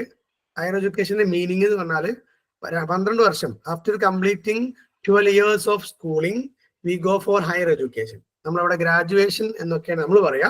Students can pursue 3 year degree. ഇപ്പോൾ അത് 4 year ഡിഗ്രിയിലേക്കാണ് നമ്മൾ ഇന്റഗ്രേറ്റഡ് BEdലേക്കൊക്കെയാണ് ഇനി പോയിക്കൊണ്ടിരിക്കുന്നത്. അത് എല്ലാവർക്കും അറിയുന്നുണ്ടാവും. പിന്നെ ഗ്രാജുവേഷനുള്ള കോളേജുകളിൽ പോസ്റ്റ് ഗ്രാജുവേഷനൊക്കെ ഉള്ള ഡിപ്പാർട്ട്മെന്റിൽ MPhil, PhD തുടങ്ങിയ ഹയർ റിസർച്ച് കോഴ്സുകൾ കൂടി അവൈലബിൾ ആയിരിക്കും. അപ്പൊ നിങ്ങൾക്ക് പിന്നെ നിങ്ങളിപ്പോ ചെയ്യുന്ന കോഴ്സ് ബാച്ചുലർ ഡിഗ്രി ആണോ പോസ്റ്റ് ഗ്രാജുവേഷൻ ആണോ? ബാച്ചുലർ ഡിഗ്രി ആണ് അല്ലെ? നിങ്ങൾ ഡിഗ്രി ആണ് ചെയ്ത് കൊടുക്കുന്നത് എഡ്യൂക്കേഷനിൽ. ഇനി നിങ്ങൾക്ക് ഇത് കഴിഞ്ഞാൽ എന്താ ചെയ്യേണ്ടത്? BEd കഴിഞ്ഞാൽ എന്ത് ചെയ്യണം? MEd പറ്റുമെങ്കിൽ ചെയ്യണം അല്ലെ? Then improving the quality of higher education. Higher എഡ്യൂക്കേഷന്റെ നമ്മുടെ നാട്ടിൽ മൊത്തം ഹയർ എഡ്യൂക്കേഷന്റെ ക്വാളിറ്റി ഇംപ്രൂവ് ചെയ്യാനുള്ള കുറച്ച് കാര്യങ്ങളാണ് ഇവിടെ പറയുന്നത്. ഒന്ന്, should attempt to establish a network among them to pool their resources. കാരണം ഒരുപാട് ഹയർ എഡ്യൂക്കേഷന്റെ റിസോഴ്സസ് ഉണ്ട്, ഒരുപാട് ഓപ്പർച്യൂണിറ്റീസ് ഉണ്ട്. അതിന്റെ ഒരു നെറ്റ്വർക്ക് ഉണ്ടാവണം.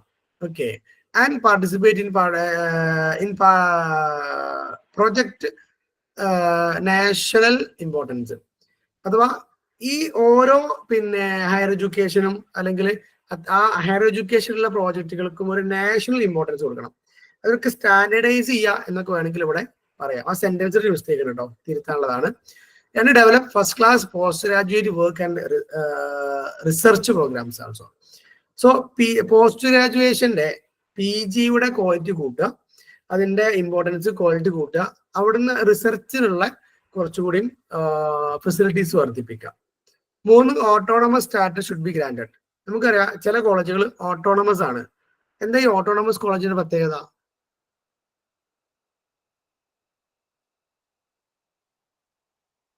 നമുക്ക് 2% സിലബസ് മാറ്റാൻ പറ്റും, എക്സാം സ്വന്തമായിട്ട് കണ്ടക്ട് ചെയ്യാൻ പറ്റും. ഭയങ്കര പോയിന്റ് പറയണ്ടേ. അഥവാ ആ കോളേജിന്റെ ഭരണം പറഞ്ഞില്ലെങ്കിൽ നമ്മള് അല്ലെ നമ്മളെ യുവത്വം പിന്നെ എന്താവും? മീനിങ്ലെസ് ആയി പോലേ. അപ്പം ആ കോളേജിന് അവരുടെ എക്സാം നടത്താനും അതിന്റെ എക്സാം ഡേറ്റ് ഡിക്ലെയർ ചെയ്യാനും ഒക്കെ ഉള്ള പിന്നെ എന്തുണ്ടാവും, റൈറ്റ് ഉണ്ട് എന്നുള്ളതാണ്. Then develop centres of advanced study, research centres, PG തന്നെ വേറെയും ഒരുപാട് PGകളൊക്കെ അഡ്വാൻസ്ഡ് ആയി പഠിക്കാനുള്ള അവസരങ്ങൾ. ഇൻട്രൊഡ്യൂസ് ന്യൂ കോഴ്സസ്, അപ്പൊ നമുക്ക് പുതിയ പുതിയ കോഴ്സസ് ഇൻട്രൊഡ്യൂസ് ചെയ്യാം. ഇപ്പൊ ഒരുപാട് കോഴ്സ് ഉണ്ട് കേട്ടോ.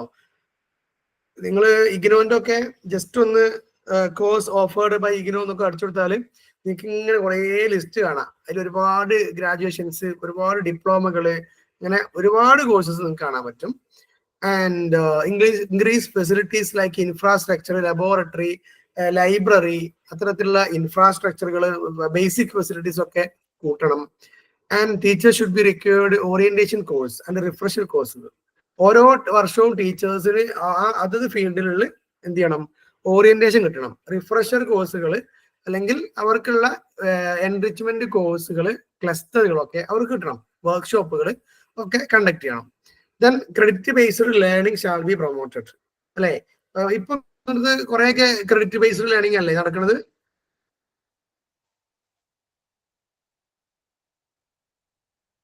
ഓരോരോ അക്കാഡമിക് ഫീൽഡിൽ ഇങ്ങനെ പിന്നെ ക്രെഡിറ്റ്സ് കൊടുക്കും. അതിന് വേറെ എന്തൊക്കെ റൂൾസും കാര്യങ്ങളൊക്കെ ഉണ്ട്.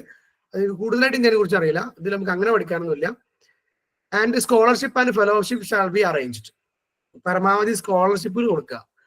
ഡിഗ്രി മുതലൊക്കെ സ്കോളർഷിപ്പും അല്ലെങ്കിൽ PG മുതൽ PGക്കെങ്കിലും സ്കോളർഷിപ്പുകളൊക്കെ കൊടുക്കുകയാണെങ്കിൽ കൂടുതൽ കുട്ടികൾക്ക് അത് പഠിക്കാനും പുവർ കുട്ടികൾക്കൊക്കെ ഒന്നുകൂടിയും ഇമ്പ്രൂവ് അവർക്ക് പഠിച്ചെടുക്കാനും അവർക്ക് അത് ജോയിൻ ചെയ്യാനും പറ്റും എന്നുള്ളതാണ്.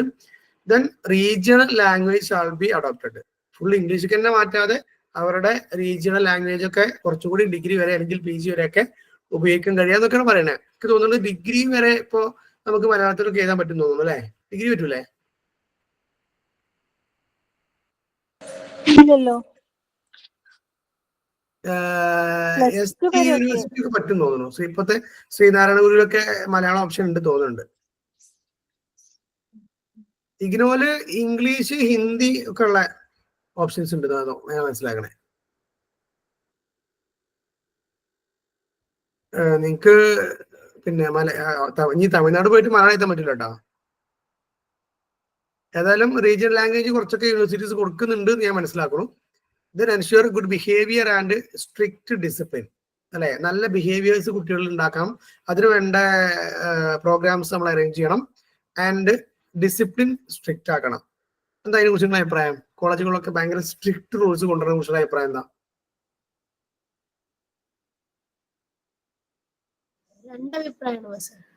ആ,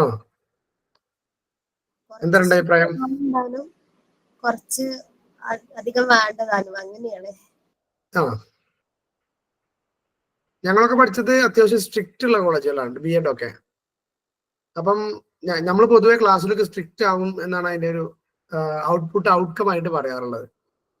പക്ഷെ എന്നാലും നമുക്ക് എന്താണ് ശരി എന്താണ് തെറ്റെന്ന് കൃത്യമായി അവിടെ ഇങ്ങനെ ഡിവൈഡ് ചെയ്യപ്പെടും അല്ലെങ്കിൽ ഡിസ്റ്റിങ്വിഷ് ചെയ്യപ്പെടും. തീരെ സ്ട്രിക്റ്റ് ഇല്ലെങ്കിൽ കുട്ടികൾക്ക് ശരി എന്ത് തെറ്റെന്ന് അറിയാതെ പോകുന്ന ഒരു സന്ദർഭം ഉണ്ടാകാം. And establishment of Indian education service to attract talented teachers. ഗവൺമെന്റിന്റെ അണ്ടർ തന്നെ ടീച്ചേഴ്സിനെ, ടാലന്റഡ് ടീച്ചേഴ്സിനുള്ള പ്രോഗ്രാംസ്, എൻറിച്ച്മെന്റ് പ്രോഗ്രാംസ് ഒക്കെ പിന്നെ കണ്ടക്ട് ചെയ്യണം എന്നും കൂടി അതിൽ പറയാം. ഇനി പ്രൊഫഷണൽ എഡ്യൂക്കേഷൻ ആണ്. പ്രൊഫഷണൽ എഡ്യൂക്കേഷന്റെ ഭാഗമാണ് ഇപ്പൊ നിങ്ങളൊക്കെ ഇവിടെ നമ്മൾ കൂടിയിട്ടുള്ളത് അല്ലേ? അതെ, ഇവിടെ രണ്ട് സ്ട്രീമിനെ പരിചയപ്പെടുത്തുകയാണ്. ഒന്ന് ആർട്സ് ആൻഡ് സയൻസ്, രണ്ട് പ്രൊഫഷണൽ എഡ്യൂക്കേഷൻ. നമ്മൾ ഈ പ്രൊഫഷണൽ എഡ്യൂക്കേഷന്റെ വലിയ പ്രത്യേകത ഈ ഫ്ലഡും നാച്ചുറൽ കലാമിറ്റീസ് ഒക്കെ വരുമ്പോൾ കളക്ടർക്ക് ഒരു അവധി പ്രഖ്യാപിക്കല്. എങ്ങനെ പ്രഖ്യാപിക്കുക? പ്രൊഫഷണൽ കോളേജ് ഉൾപ്പെടെയുള്ള വിദ്യാഭ്യാസ സ്ഥാപനങ്ങൾക്ക് ഇവിടെയല്ല, ഒഴികെ. അതിലാരും ചോദിച്ചല്ലേ? അത് ഇവിടെ മാത്രമേ ഉള്ളൂ സർ, പുറത്തൊന്നും അങ്ങനെ ഇല്ല. പുറത്തൊക്കെ ഞാൻ ഡൽഹി പഠിക്കുന്ന സമയത്ത് ചില നല്ല തണുപ്പുള്ള ടൈമിൽ LP സ്കൂൾ മാത്രം, പിന്നെ കുറച്ചും കൂടെ ആയപ്പോ UP ഒരിക്കലും യൂണിവേഴ്സിറ്റി വരെ എത്തിയില്ല. അത്രേ ഫ്ലഡ് 45 വർഷം ശേഷം അത്രേ ഫ്ലഡ് ഉണ്ടായിട്ട് ഞങ്ങൾ യൂണിവേഴ്സിറ്റി പോയിട്ടുണ്ട്. ഇവിടെ കേരളത്തിൽ മാത്രമേ അങ്ങനെ റെഡ് അലർട്ട് എന്നൊക്കെ പറഞ്ഞ സംഭവം ഉള്ളൂ. റെഡ് അലേർട്ട് നമ്മളിപ്പോ ഫ്ലഡിന് ശേഷമാണ് പെട്ടെന്ന് യെല്ലോ റെഡ് ആവണതും, പെട്ടെന്ന് യെല്ലോ വരുന്നു, കാറ്റടിച്ച യെല്ലോ, മഴ പെയ്താൽ റെഡ്. അതുണ്ട്, ഗൂഗിളിൽ സെർച്ച് ചെയ്ത് നോക്കിയാൽ ഡൽഹി ഓൺ റെഡ് അലേർട്ട് എന്നൊക്കെ പറഞ്ഞിട്ട് അവിടെ ഉണ്ട്. പക്ഷെ പ്രാക്ടിക്കലി അവിടെ ഇല്ല. ഇല്ല അല്ലെ? കഴിഞ്ഞ ദിവസം ഇപ്പൊ 2 ദിവസം മുമ്പ് മഴ കാരണം അവധി പ്രഖ്യാപിച്ചു. പക്ഷെ മഴയാണ് അവധി എടുത്തത്. അത് ഒന്നാമത് കേന്ദ്ര ഗവൺമെന്റ് ആവുമ്പോ ഒരങ്ങനെ ലീവ് തരില്ല. സ്റ്റേറ്റ് അല്ലല്ലോ, യൂണിവേഴ്സിറ്റി, സെൻട്രൽ യൂണിവേഴ്സിറ്റി വരുമ്പോ. അതാണ് അതിന്റെ വിഷയം. ഫാത്തിമ ഡൽഹി പഠിച്ചു എന്ന് എല്ലാവർക്കും മനസ്സിലായില്ലേ? അല്ലേലും ഞാൻ ഫറൂഖ് കോളേജ് പഠിച്ച കാര്യം ഇവിടെ എല്ലാവർക്കും അറിയില്ലേ. അപ്പൊ പിന്നെ ഞാൻ PG കൂടെ പഠിച്ച കാര്യം അറിഞ്ഞില്ലെങ്കിൽ മോശമല്ലേ? ഓക്കെ. അപ്പം 2 സ്ട്രീമാണ് ഇവിടെ പരിചയപ്പെടുത്തണേ. Art and science and professional education. Arts and സയൻസിൽ have to improve their knowledge and skills. ആ ഒരു ഫീൽഡിലുള്ള ആർട്സ് വിഷയങ്ങൾ, അതിലുള്ള നോളജ് സ്കില്ലൊക്കെയാണ് അവിടെ ഫോക്കസ് ചെയ്യുന്നത്. And not train students for specific vocation. ഒരു പർട്ടിക്കുലർ ഫീൽഡിക്ക് അവിടെ എന്തില്ല, ട്രെയിനിങ് ഇല്ല. ഇപ്പോ ഇംഗ്ലീഷ് പഠിച്ചു, അപ്പൊ അങ്ങനെ ഇപ്പൊ ഒരു ഡിഗ്രി ഇംഗ്ലീഷ് പഠിച്ചു എന്നുള്ളത് കൊണ്ട് പ്രത്യേകിച്ചൊരു ജോലി എന്ന് പറയാൻ കഴിയില്ല അല്ലെ? അതുപോലെ തന്നെ aims to acquire mastery in professional subject. ഓരോ സബ്ജക്ട് ഫീൽഡിൽ അവർ എന്ത് ചെയ്യാണ്, എക്സ്പേർട്ട് ആവാണ്. എന്നാൽ പ്രൊഫഷണൽ എഡ്യൂക്കേഷന്റെ ഭാഗമാണെങ്കിൽ നമ്മൾ എന്ത് ചെയ്യും, അവിടെ ഒരു പർട്ടിക്കുലർ വൊക്കേഷൻ ഓർ പർട്ടിക്കുലർ ജോബിലേക്കാണ് ആക്ച്വലി അവിടെ നമ്മൾ ട്രെയിനിങ് കൊടുക്കുന്നത്. അതിന് എഞ്ചിനീയറിംഗ്, മെഡിസിൻ, അഗ്രികൾച്ചർ ഇങ്ങനെ വന്ന് ടീച്ചർ എഡ്യൂക്കേഷൻ വരെ എത്തി നിൽക്കും. നമ്മളൊക്കെ പ്രൊഫഷണൽ സ്റ്റുഡൻസ് ആണ് എന്ന് പറയാം. Providing professional knowledge and professional skills. ശരിക്കും നമ്മൾ ഒരു ട്രെയിനിങ് കോളേജിന്റെ കൾച്ചറും അല്ലെങ്കിൽ അവിടുത്തെ ഒരു ഗൈഡ് ലൈൻസും അല്ലെങ്കിൽ അവിടുത്തെ നോംസും ഒരു ആർട്സ് കോളേജ് വെച്ച് ഒരിക്കലും കമ്പയർ ചെയ്യാൻ പറ്റില്ല. പ്രൊഫഷണൽ കോളേജുകളിലുള്ള റൂൾസും അവിടെയുള്ള റെഗുലേഷൻസും അവർക്കുള്ള ട്രെയിനിങ്ങും ഡിഫറെന്റ് ആയിരിക്കും. അവർ എന്തും നേരിടാനും എപ്പോഴും വിജിലന്റ് ആയി കുറച്ച് സ്കിൽ ബേസ്ഡ്, അതുപോലെ തന്നെ ആക്ടിവിറ്റി ഓറിയന്റഡ്, പ്രാക്ടിക്കൽ സെന്റേർഡ് ആയിട്ടുള്ള ലേണിംഗ് സ്ട്രാറ്റജീസ് ആണ് അവർക്ക് ഉണ്ടാവുക.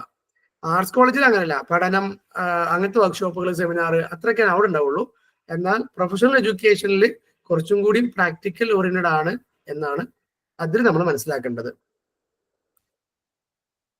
ഇനി സ്റ്റേജസ് ഓഫ് പ്രൊഫഷണൽ എഡ്യൂക്കേഷൻ കൊണ്ട് 2 സ്റ്റേജ് പറയുന്നു. ഒന്ന് graduate professional education, 2 post graduate professional education അഥവാ ഡോക്ടറൽ പ്രൊഫഷണൽ എഡ്യൂക്കേഷൻ അതിൽ പറയുന്നുണ്ട്. ജസ്റ്റ് ഒന്ന് ഗ്രാജുവേഷൻ ലെവലിൽ നമ്മളിപ്പോൾ BEd പോലുള്ള കാര്യങ്ങളിൽ, മറ്റേത് പോസ്റ്റ് ഗ്രാജുവേഷൻ ആണ് MEd പോലുള്ള ആ ഒരു PG ലെവല്. അപ്പൊ ഇതോടുകൂടി ആ ഒരു ഭാഗമൊക്കെ അവിടെ കഴിഞ്ഞു കേട്ടോ. നമ്മുടെ പ്രൈമറി, സെക്കൻഡറി അങ്ങനെയുള്ള ആ സംഭവമൊക്കെ കഴിഞ്ഞു. ഇനി അതിന്റെ ഡിസ്റ്റൻസ് എഡ്യൂക്കേഷൻ ആണ്.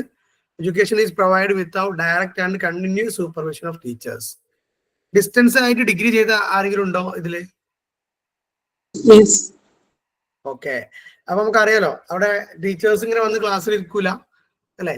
നമ്മള് ഒരു യൂണിവേഴ്സിറ്റി രജിസ്റ്റർ ചെയ്യുന്നു, അവർ സിലബസ് തരുന്നു, മെറ്റീരിയൽസ് തരുന്നു, നമ്മൾ പഠിക്കുന്നു, നമ്മൾ പോയി പരീക്ഷ എഴുതുന്നു, പാസ്സാകുന്നു എന്നൊക്കെയുള്ളതാണ്. എന്നാൽ കാലിക്കറ്റ് ഡിസ്റ്റൻസ് റെഗുലർ ആണ് കാലിക്കറ്റ് ഒക്കെ പ്രൊവൈഡ് ചെയ്യുന്നത്. അവർ ആദ്യമൊക്കെ നിർബന്ധമായി ക്ലാസ്സിൽ ചെല്ലുന്നൊക്കെ പറഞ്ഞിരുന്നു, പിന്നെ അതൊക്കെ ഒഴിവായി.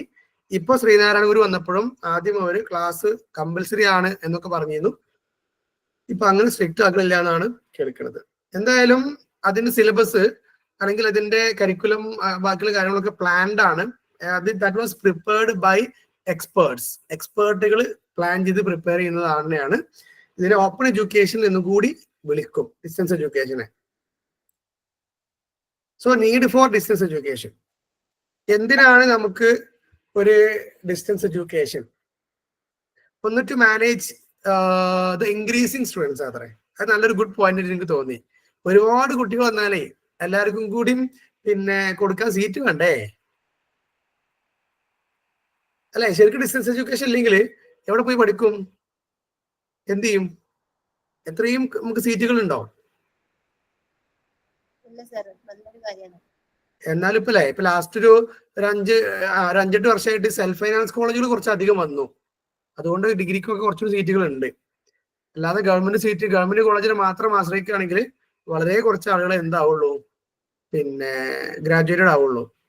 2, to regulate huge rush in formal universities by diverting a sizable portion to distance education program. To regulate the huge rush in formal universities. കാരണം ഈ ഫോർമൽ യൂണിവേഴ്സിറ്റീസിൽ ഉണ്ടാകാവുന്ന ഒരു റഷ് തിരക്ക് അതിനെന്ത് ചെയ്യാണ് കുറച്ച് ഡിസ്റ്റൻസ് എഡ്യൂക്കേഷൻക്ക് അവർ പോർഷൻ ഔട്ട് ചെയ്തിട്ട് ഇങ്ങനെ മാറ്റിവെച്ച് പതുക്കെ പതുക്കെ നടത്തുക, അഥവാ യൂണിവേഴ്സിറ്റിന്റെ തിരക്ക് കുറക്കുക എന്ന് വേണമെങ്കിൽ പറയാം. 3, to make available formal education for those who are outside the regular school. നമുക്കറിയാം സ്ത്രീകൾക്കാണ് ശരിക്ക് ഡിസ്റ്റൻസ് എഡ്യൂക്കേഷൻ വളരെ കൃത്യമായിട്ട് ഉപയോഗിക്കാൻ കഴിയാം.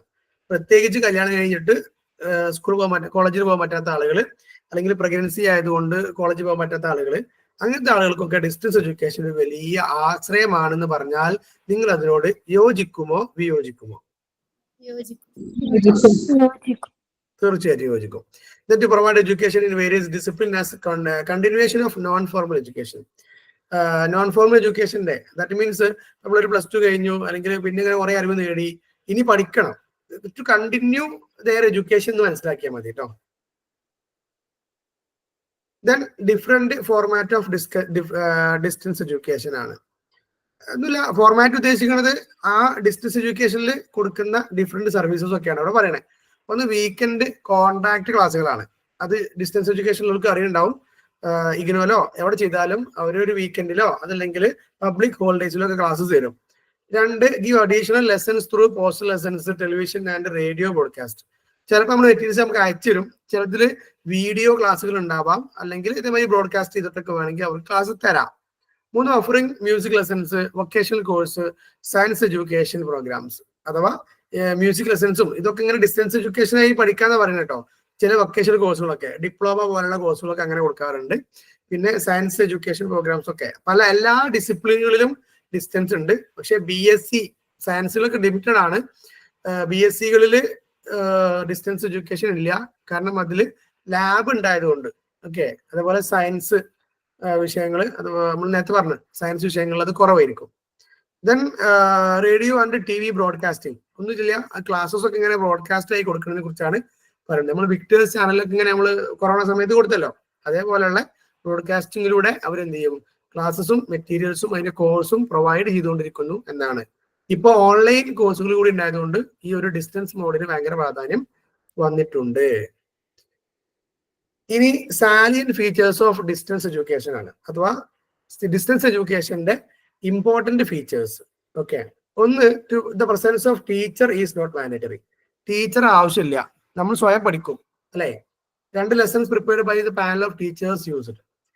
പല ടീച്ചേഴ്സ് എക്സ്പേർട്ടുകൾ പ്രിപ്പയർ ചെയ്തിട്ടുള്ള ലെസൺസ് മീൻസ് ടെക്സ്റ്റ് അല്ലെങ്കിൽ സ്റ്റഡി മെറ്റീരിയൽ ആണ് നമ്മൾ അവിടെ ഉപയോഗിക്കുന്നത്.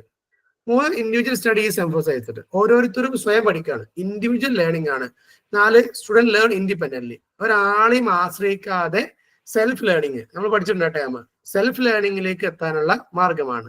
5, importance even for the instructional materials. നമുക്കതിൽ ഇൻസ്ട്രക്ഷണൽ മെറ്റീരിയൽസ് ഉണ്ടാവും, ദാറ്റ് മീൻസ് ഇൻസ്ട്രക്ഷൻസും അതുപോലെ തന്നെ സെൽഫ് ലേണിംഗ് മെറ്റീരിയൽസും പ്രൊവൈഡ് ചെയ്യും. 6, ലേണിംഗ് വൈൽ ഏർണിംഗ്. ആ പോയിന്റ് അടിപൊളിയാണ്, ലേണിംഗ് വൈൽ ഏർണിംഗ്. ജോലി ചെയ്യുന്നതിന്റെ കൂടെ പഠിക്കാം, അതൊരു വലിയ പോയിന്റ് ആണ്. 7, students and teachers meet in the classroom only for certain educational activities. പ്രത്യേകം എന്തെങ്കിലും ആവശ്യമുണ്ടെങ്കിൽ മാത്രമേ ടീച്ചറും കുട്ടികളും തമ്മിൽ കാണുള്ളൂ, അല്ലെങ്കിൽ പൊതുവെ കുട്ടികളും ടീച്ചറും തമ്മിലുള്ള കോണ്ടാക്റ്റുകളൊന്നുമില്ല, ടീച്ചേഴ്സ് തന്നെ പലപ്പോഴും ഉണ്ടാവില്ല. 8, education get democratized. Democratic principle education വരികയാണ്, കാരണം എല്ലാവർക്കും വിദ്യാഭ്യാസം, എല്ലാവർക്കും അവരവരുടെ ഇഷ്ടപ്രകാരമുള്ള വിദ്യാഭ്യാസം. 9, cost of education is cheap. നമുക്കറിയാം റെഗുലർ വിദ്യാഭ്യാസത്തിന് അത്ര കോസ്റ്റ് അല്ലെങ്കിൽ എക്സ്പെൻസ് ഡിസ്റ്റൻസ് എഡ്യൂക്കേഷന് വരാറില്ല. ഇന്നിപ്പോ അല്ലേ ഒരു കാലിക്കറ്റ് യൂണിവേഴ്സിറ്റിയിൽ റെഗുലർ ആയിട്ട് ഡിഗ്രി ചെയ്യണമെങ്കിൽ എത്ര പൈസ അറിയോ?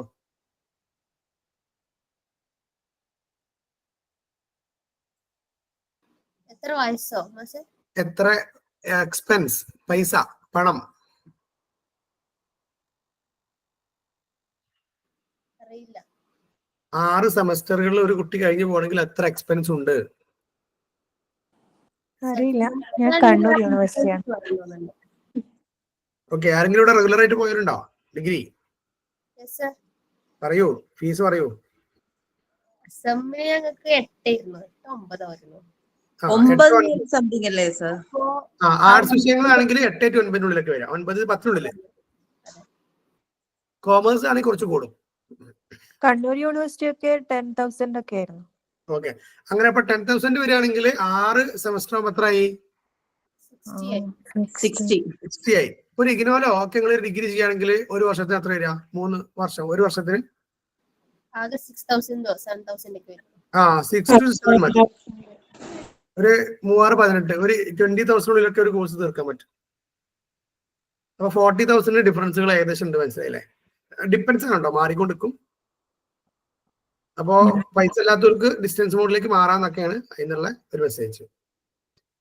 ഇനി correspondence courses in distance education ആണ്. പിന്നെ അധികം ഒന്നും പറയണില്ല. ഡിസ്റ്റൻസ് എഡ്യൂക്കേഷന്റെ correspondence course depend on printed materials containing structured lesson along with the test papers. ഉദ്ദേശിക്കുന്നത് ഇത്രയേ ഉള്ളൂ. വേറെ കോഴ്സുകൾ കറസ്പോണ്ടിങ് ആയിട്ടുള്ള ഇതിന് പാരലൽ ആയിട്ടുള്ള വേറെ കോഴ്സസ് ഒക്കെ ഉണ്ടാവാം. അതിന് കുറച്ച് പ്രിന്റഡ് മെറ്റീരിയൽസും നമ്മുടെ ഡിപ്ലോമ പോലുള്ള കോഴ്സുകളും ഓൺലൈൻ കോഴ്സുകളും ഒക്കെ ഇങ്ങനെ ഡിസ്റ്റൻസ് എഡ്യൂക്കേഷന്റെ കറസ്പോണ്ടൻസ് ആയിട്ട് നമുക്ക് കിട്ടും. അതിനകത്ത് ഇങ്ങനെ മെറ്റീരിയൽസ് ഇതേപോലെ ഡിസ്റ്റൻസ് എഡ്യൂക്കേഷന്റെ മെറ്റീരിയൽസ് തന്നെ വെച്ച് നമുക്ക് പഠിക്കാൻ പറ്റുന്നതൊക്കെ ഉണ്ട്. Then the responses are periodically evaluated by the directors. Just കുറച്ച് മെറ്റീരിയൽസ് നമുക്ക് തരിക, എന്നിട്ട് നമ്മളേക്കൊന്ന് ഒരു എക്സാമിന് വേണ്ട കുറച്ച് മെറ്റീരിയൽസ് തരും. അതിന് നമ്മളേക്കൊന്ന് വേണ്ട ഫീഡ്ബാക്ക് വാങ്ങും, അല്ലെങ്കിൽ എക്സാം നമ്മളേക്കൊന്ന് അവര് ഫില്ല് ചെയ്ത് വാങ്ങും. എന്നിട്ട് അവര് നമുക്ക് സർട്ടിഫിക്കറ്റ് പ്രൊവൈഡ് ചെയ്യും. ഇങ്ങനെയുള്ള സർട്ടിഫിക്കറ്റ് കോഴ്സുകളൊക്കെ ഉണ്ട്. അങ്ങനെയൊക്കെയാണ് ഈ ഒരു കറസ്പോണ്ടൻസ് കോഴ്സുകൾ കൊണ്ട് ഉദ്ദേശിക്കുന്നത്. Okay, personal contact programs also held. ഓരോരോ വ്യക്തികളെ ബേസ് ചെയ്തിട്ടുള്ള programs. That means individual based learning ഒക്കെ ഉള്ള ഇൻഡിവിജ്വൽ അറ്റൻഷനുള്ള കോഴ്സുകൾ. അങ്ങനത്തെ കുറച്ച് ഡിസ്റ്റൻസ് എഡ്യൂക്കേഷൻ കോഴ്സുകൾ ഉണ്ട് എന്നാ പറയണേ. സർട്ടിഫിക്കറ്റ് കോഴ്സുകൾ ഉണ്ട്, ഡിപ്ലോമ കോഴ്സുകൾ ഉണ്ട്, ഇത്തരത്തിലുള്ള ഡിസ്റ്റൻസ് എഡ്യൂക്കേഷൻ കറസ്പോണ്ടിങ് ആയിട്ട്. അത്ര ഒരു വലിയ ഇമ്പോർട്ടൻ്റ് ഉള്ളതല്ലാത്തതുകൊണ്ട് അങ്ങനെ വിട്ടാട്ടോ. Then distance education in India. ഇന്ത്യയിൽ ഡിസ്റ്റൻസ് എഡ്യൂക്കേഷൻ അവസ്ഥ എന്താണ്? ഏകദേശം മോർ ദാൻ 80 യൂണിവേഴ്സിറ്റീസ് ഉണ്ട് ഇത്ര ഇന്ത്യയിൽ. ഇഗ്നോ അതിന് ഏറ്റവും പയനിയർ നിൽക്കണം, അല്ലെങ്കിൽ ഏറ്റവും മോസ്റ്റ് ഇമ്പോർട്ടന്റ് ആണ്. ഇഗ്നോയുടെ ഫുൾ ഫോം അറിയോ? Indira Gandhi national open university. Indira Gandhi national open university ആണ് ഇഗ്നോ എന്ന് പറയുന്നത്. ഞാനിപ്പോ ഇഗ്നോയിൽ MA സൈക്കോളജി ചെയ്തുകൊണ്ടിരിക്കുകയാണ്. എന്റെ ഏകദേശം കഴിഞ്ഞു. ഇനി ഒരു പ്രാക്ടിക്കലും കൂടി കഴിഞ്ഞാൽ എന്റെ കോഴ്സ് കഴിയും. പിന്നെ തമിഴ്നാട്ടില് Madras university, Madurai Kamaraj, MK university, Annamalai, ഇങ്ങനെ കുറെ യൂണിവേഴ്സിറ്റീസ് ഉണ്ട്. ഞാൻ എന്റെ PG ചെയ്തത് മദ്രാസ് യൂണിവേഴ്സിറ്റിയിലാണ് കേട്ടോ. മദ്രാസ് യൂണിവേഴ്സിറ്റി എവിടെ സ്ഥിതി ചെയ്യണത് അറിയോ? മദ്രാസിന്റെ ഇപ്പത്തെ പേരറിയോ?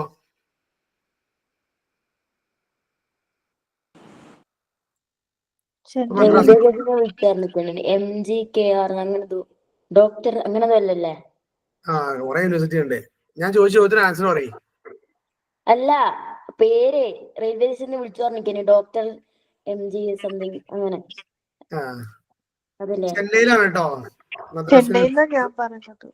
പറഞ്ഞോ? ഞാൻ കേട്ടില്ല. ഓക്കെ, ഞാനവിടെ നേരിട്ട് പോയിട്ടൊക്കെ ഉണ്ടായിരുന്നു. ക്ലാസ്സിന്റെ സർട്ടിഫിക്കറ്റും ബാക്കി കാര്യങ്ങളും കിട്ടാൻ വേണ്ടിട്ടൊക്കെ. അവിടെയാണ് നമ്മളെ മറീന ബീച്ച്, പിന്നെ അവിടെ ഇതൊക്കെ ഉണ്ട്, ഗ്രൗണ്ട് ഒക്കെ ഉണ്ട്. Then advantages of distance education.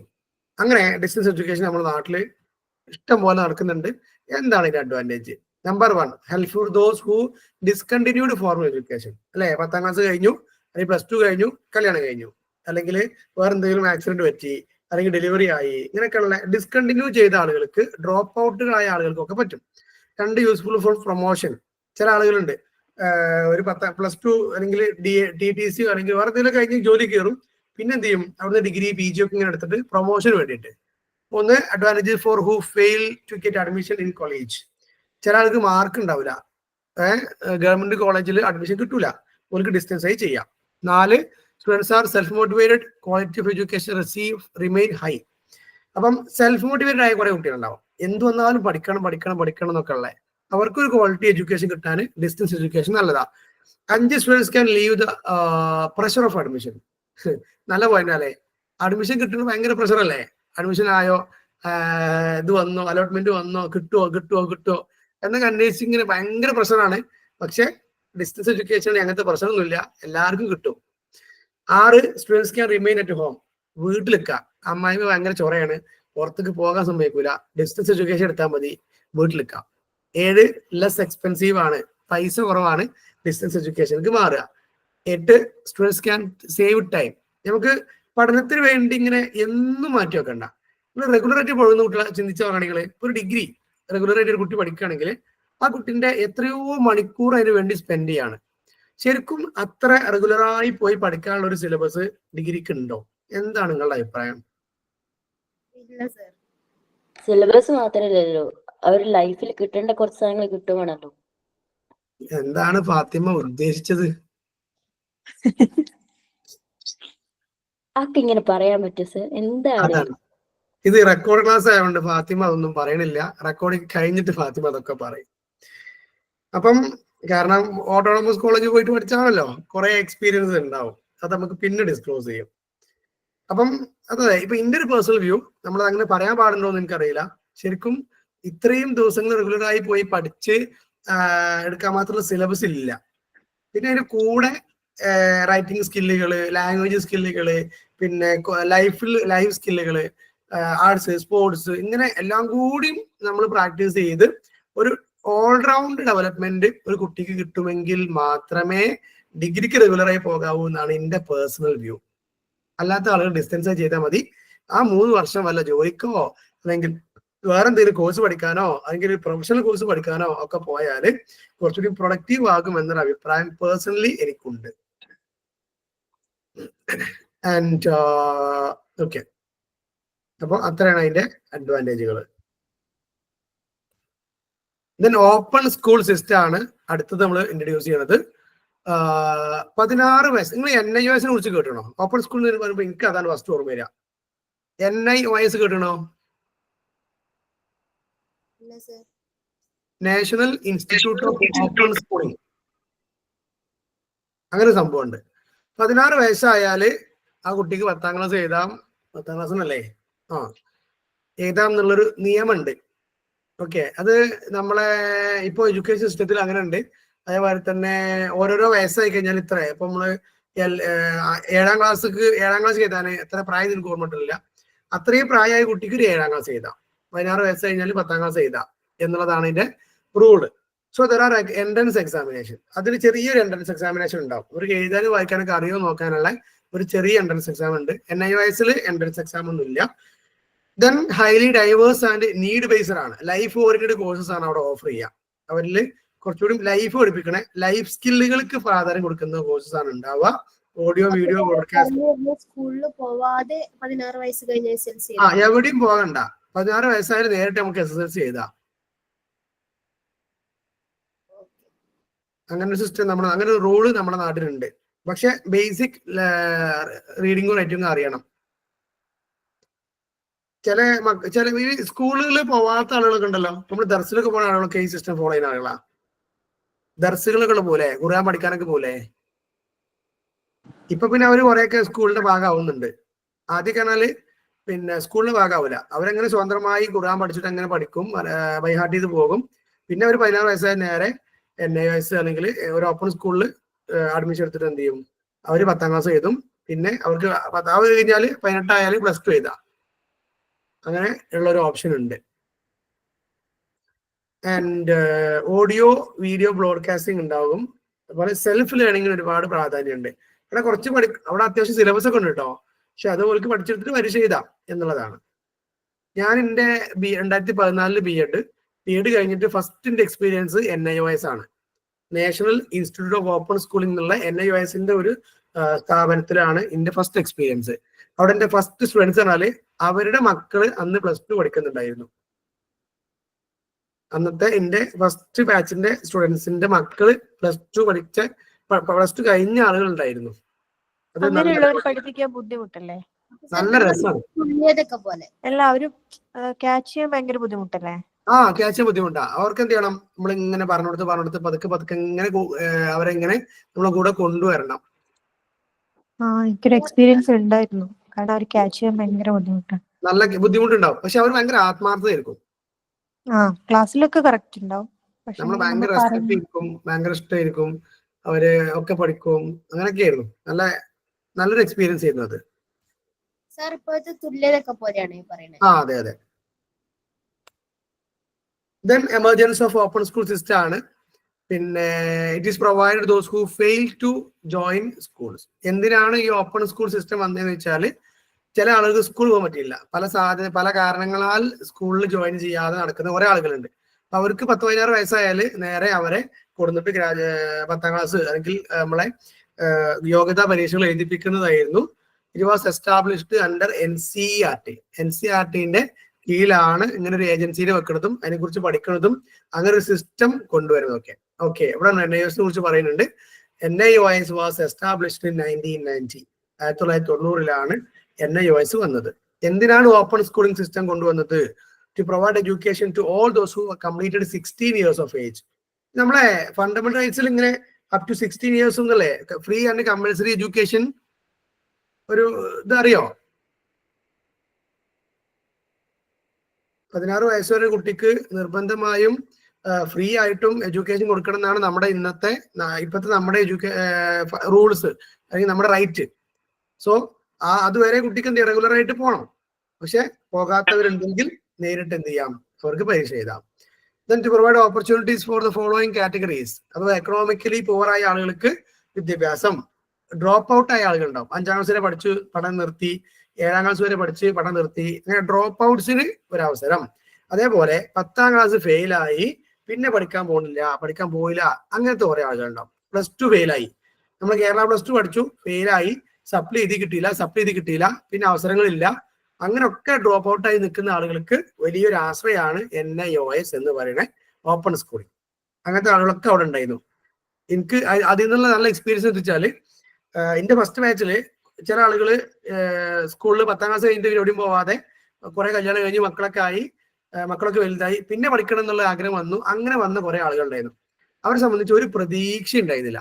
Okay, അവർക്ക് ഇത് ജയിക്കാൻ പറ്റുമോ? കാരണം ഇംഗ്ലീഷ് ഉണ്ട്, ഫുൾ ഗ്രാമർ ഉണ്ട്, ജയിക്കാൻ പറ്റുമോ ഒന്നും അറിയില്ല. പക്ഷെ അവരെ നമ്മൾ കോൺഫിഡൻസ് കൊടുത്ത് പതുക്കെ പഠിപ്പിച്ച് ജയിപ്പിച്ച് അതിൽ ഒരാൾ ടീച്ചറായി, ഒരാൾ ലോയറായി, പിന്നെ ബാക്കിയുള്ള കുറെ ഫീൽഡിൽ വർക്ക് ചെയ്യുന്ന ആളുകളൊക്കെ ഒരാളല്ല 2-3 ആളുകൾ ടീച്ചേഴ്സ് ആയി, ഒരാൾ ലോയറായി, ഒരാളുകൾ പാരാമെഡിക്കൽ ഫീൽഡിലേക്ക് പോയി. അങ്ങനെയൊക്കെയുള്ള നല്ലൊരു അനുഭവം എനിക്ക് അതിൽ നിന്ന് ഉണ്ടായിട്ടുണ്ട്. അപ്പൊ അവരൊക്കെ പിന്നെ പറയും, നിങ്ങൾ തന്ന ഇംഗ്ലീഷിലല്ല തന്ന കോൺഫിഡൻസിലാണ് ഞങ്ങൾ പോയത് എന്ന് പറയാറുണ്ട്. ഓക്കെ, ദെൻ ആർക്കാണ് desirous of continuing vocational education, ഒരു ജോബ് ഓറിയന്റഡ് ആയി വൊക്കേഷണൽ എഡ്യൂക്കേഷൻ ആർക്കെങ്കിലും തുടരാൻ ആഗ്രഹിക്കുന്നുണ്ടെങ്കിൽ അല്ലെങ്കിൽ ചെയ്യാനൊക്കെ ആഗ്രഹിക്കുന്നുണ്ടെങ്കിൽ അവർക്കൊക്കെ ഉള്ളതാണ് ഈ ഒരു ഓപ്പൺ സ്കൂളിംഗ്. ഇപ്പൊ ഞാനൊക്കെ വൊക്കേഷണൽ എഡ്യൂക്കേഷൻ ആണ്, ദാറ്റ് മീൻസ് VHSC ആണ്. ചില ആളുകള് ഹ്യൂമാനിറ്റീസ് എടുത്ത് പഠിച്ചു പോയിട്ടുണ്ടാവും, പക്ഷെ അവർക്ക് ഭയങ്കര താല്പര്യം സയൻസ് ആയിരിക്കാം. അല്ലെങ്കിൽ ചില ആളുകൾ സയൻസ് എടുത്ത് പോയി പക്ഷെ അവർക്ക് കൊമേഴ്സിനോട് താല്പര്യമായിരിക്കും. അങ്ങനെയൊക്കെ ഉണ്ടെങ്കിൽ അവർക്കൊക്കെ ഉള്ള ഒരു അവസരമാണ് ഈ ഒരു NIOS ഓപ്പൺ സ്കൂളിംഗ് സിസ്റ്റം കേട്ടോ. നിങ്ങൾ ഈ പരസ്യം കണ്ടിട്ടുണ്ടാവും, 6 മാസം കൊണ്ട് +2, 6 മാസം കൊണ്ട് +2 എന്നൊക്കെ പറഞ്ഞിട്ട് പരസ്യം കണ്ടിട്ടില്ലേ? കണ്ടിട്ടുണ്ട്.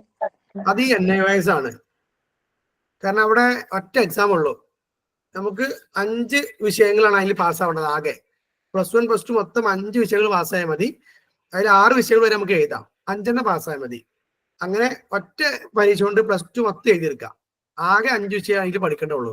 +1 +2 അങ്ങനെയൊന്നും ഇല്ല. 10ാം ക്ലാസ് കഴിഞ്ഞിട്ട് നേരിട്ട് ഓപ്പൺ സ്കൂൾ പോകാൻ പാടില്ല കേട്ടോ. 10ാം ക്ലാസ് കഴിഞ്ഞിട്ട് 3 വിഷയം എഴുതാൻ പാടുള്ളൂ, കോഴ്സ് കംപ്ലീറ്റ് ആക്കാൻ പാടില്ല. പിന്നെ 3 വിഷയം അങ്ങനെ എഴുതാൻ പാടുള്ളൂ.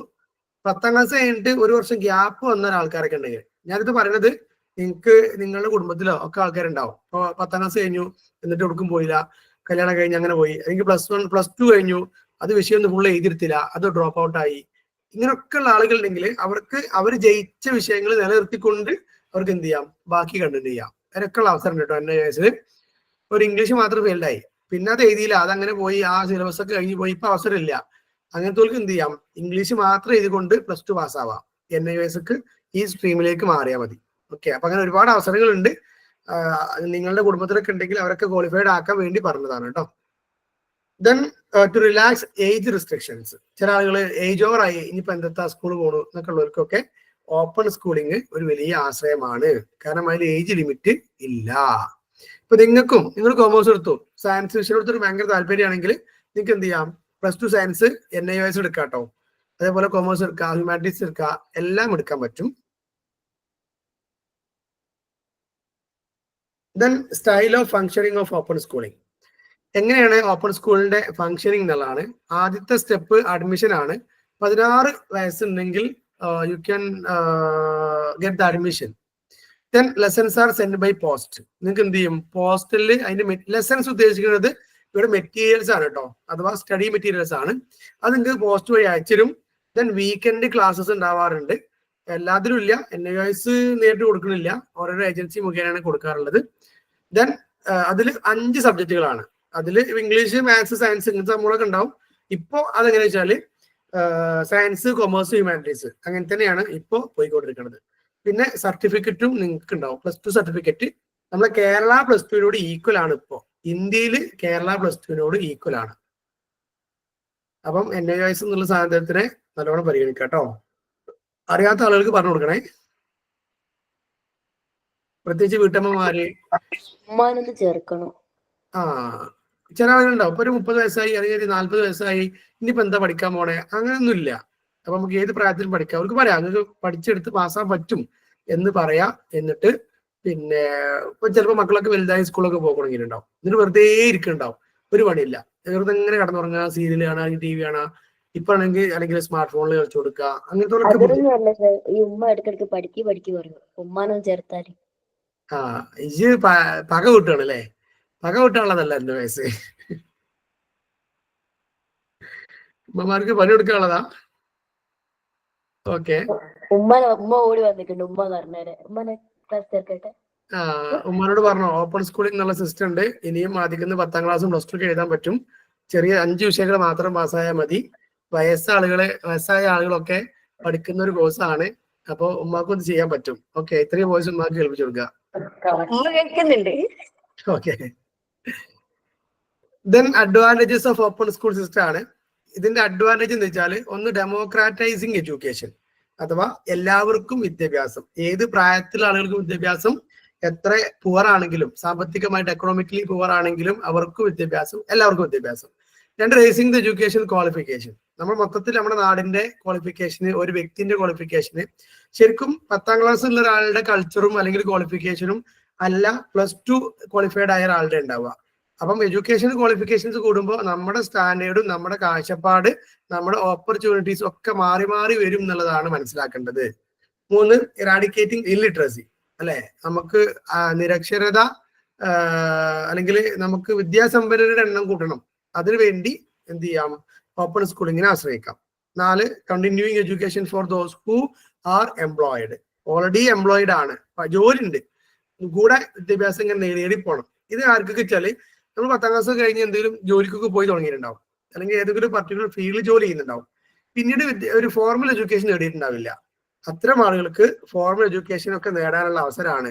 ഒരു വർക്ക്ഷോപ്പിൽ പോകുന്നു, അല്ലെങ്കിൽ കുക്കായി. ജസ്റ്റ് ഒരു സെക്കൻഡ്, ഒരു കോൾ ഉണ്ട്, ഒരു ഇമ്പോർട്ടന്റ് കോളാണ്. ഹലോ, ഓക്കെ, വന്നു. ഒരു കുഴപ്പമില്ല. ഓക്കെ, വേരിയബിളാക്കി എത്തുമ്പോൾ വിളിച്ചാൽ മതി. ശരി. അപ്പം പിന്നെ അങ്ങനെ ഏത് ജോലിയിൽ ഇപ്പൊ നിലവിൽ ചെയ്തുകൊടുക്കുകയാണെങ്കിലും നിങ്ങൾക്ക് എന്ത് ചെയ്യാം, ഓപ്പൺ സ്കൂളിൽ +2, 10, 10th, +2 ഒക്കെ അതിൽ ചെയ്യാൻ പറ്റും. Then reaching out to the doorstep of individual learners. ഓരോരോ ഇൻഡിവിജ്വലിന്റെയും ഡോറിലേക്ക് അല്ലെങ്കിൽ വീട്ടുപടങ്ങളിലേക്ക് ചെല്ലുകയാണ്. കാരണം സ്റ്റഡി മെറ്റീരിയൽസ് അവിടെ ചെല്ലുന്നു, അവർ പഠിക്കുന്നു. വെറും പരീക്ഷയ്ക്ക് മാത്രമേ പോകേണ്ടതുള്ളൂ. 6 ദിവസം വീട്ടിൽ നിന്ന് പുറത്തിറങ്ങാൻ പറ്റുമെങ്കിൽ എല്ലാവരും +2 ചെയ്യണം എന്നാ പറയാം. ഏകദേശം അതിന്റെ ഒരു കോസ്റ്റ് എത്ര വെച്ചാൽ ഒരു 3500 രൂപയ്ക്ക് വരുള്ളൂ. നമ്മൾ സ്വന്തം ചെയ്യുകയാണെങ്കിൽ ഒരു 3500 രൂപ കൊണ്ട് +2 എഴുതിയെടുക്കാൻ പറ്റും എന്നുള്ളതാണ് അതിന്റെ ഒരു advantage. Then racing the productivity and performance level. നമ്മുടെ പ്രൊഡക്ടിവിറ്റി, നമ്മുടെ പെർഫോമൻസ് ഒക്കെ കൂട്ടാനും ഈ എഡ്യൂക്കേഷൻ നമ്മളെ ഹെൽപ്പ് ചെയ്യും. കേൾക്കുന്നുണ്ടോ? കാണുന്നുണ്ടോ? What can you see right now? എന്തുകൊണ്ടാണ് ഇവിടെ താങ്ക് യു പറയാനുള്ള കാരണം അറിയോ? അപ്പൊ നമ്മൾ ഇന്ന് ഏറ്റവും കൂടുതൽ ഫോക്കസ് ചെയ്തത് നമ്മുടെ പ്രീ പ്രൈമറി എഡ്യൂക്കേഷൻ മുതൽ distance education or open education വരെയുള്ള ഭാഗങ്ങളാണ്. അതിൽ പ്രീ പ്രൈമറി പോയി, പ്രൈമറി, അതിനൊക്കെ ഇമ്പോർട്ടൻസ്, അതിൻ്റെ ഒക്കെ അഡ്വാൻറ്റേജുകൾ, അതുപോലെ തന്നെ സെക്കൻഡറി, ഹയർ സെക്കൻഡറി, പിന്നെ higher level education or graduation, post graduation, പിന്നെ അങ്ങനെ വന്നിട്ട് ആർട്സ് ആൻഡ് സയൻസിലുള്ള കോഴ്സുകൾ, പ്രൊഫഷണൽ കോഴ്സുകൾ, ഡിസ്റ്റൻസ് എഡ്യൂക്കേഷൻ, ഓപ്പൺ എഡ്യൂക്കേഷൻ. ഇങ്ങനെ different modes of educations R discussed today. So നമ്മളിത് പഠിക്കുക, ഇത് ഈ ഒരു ഡിസ്റ്റൻസ് എഡ്യൂക്കേഷനും ഓപ്പൺ എഡ്യൂക്കേഷനും ഒക്കെ യൂസ് ചെയ്യാൻ പറ്റുന്ന ആളിലേക്ക് ഇത് എത്തിക്കാം. ദെൻ എക്സാം ഓറിയന്റഡ് ആയിട്ട് ഇതിന്റെ ടോപ്പിക്കുകൾ പഠിക്കുക. അതാണ് നിങ്ങളെ സംബന്ധിച്ച് ചെയ്യാനുള്ളത്. ഓക്കെ, അപ്പോൾ ക്ലാസ്സിലിരുന്ന എല്ലാവർക്കും സ്പെഷ്യൽ താങ്ക്സ്. നമ്മൾ ഇന്നത്തെ ക്ലാസ് അവസാനിപ്പിക്കുന്നു. Okay, thank you.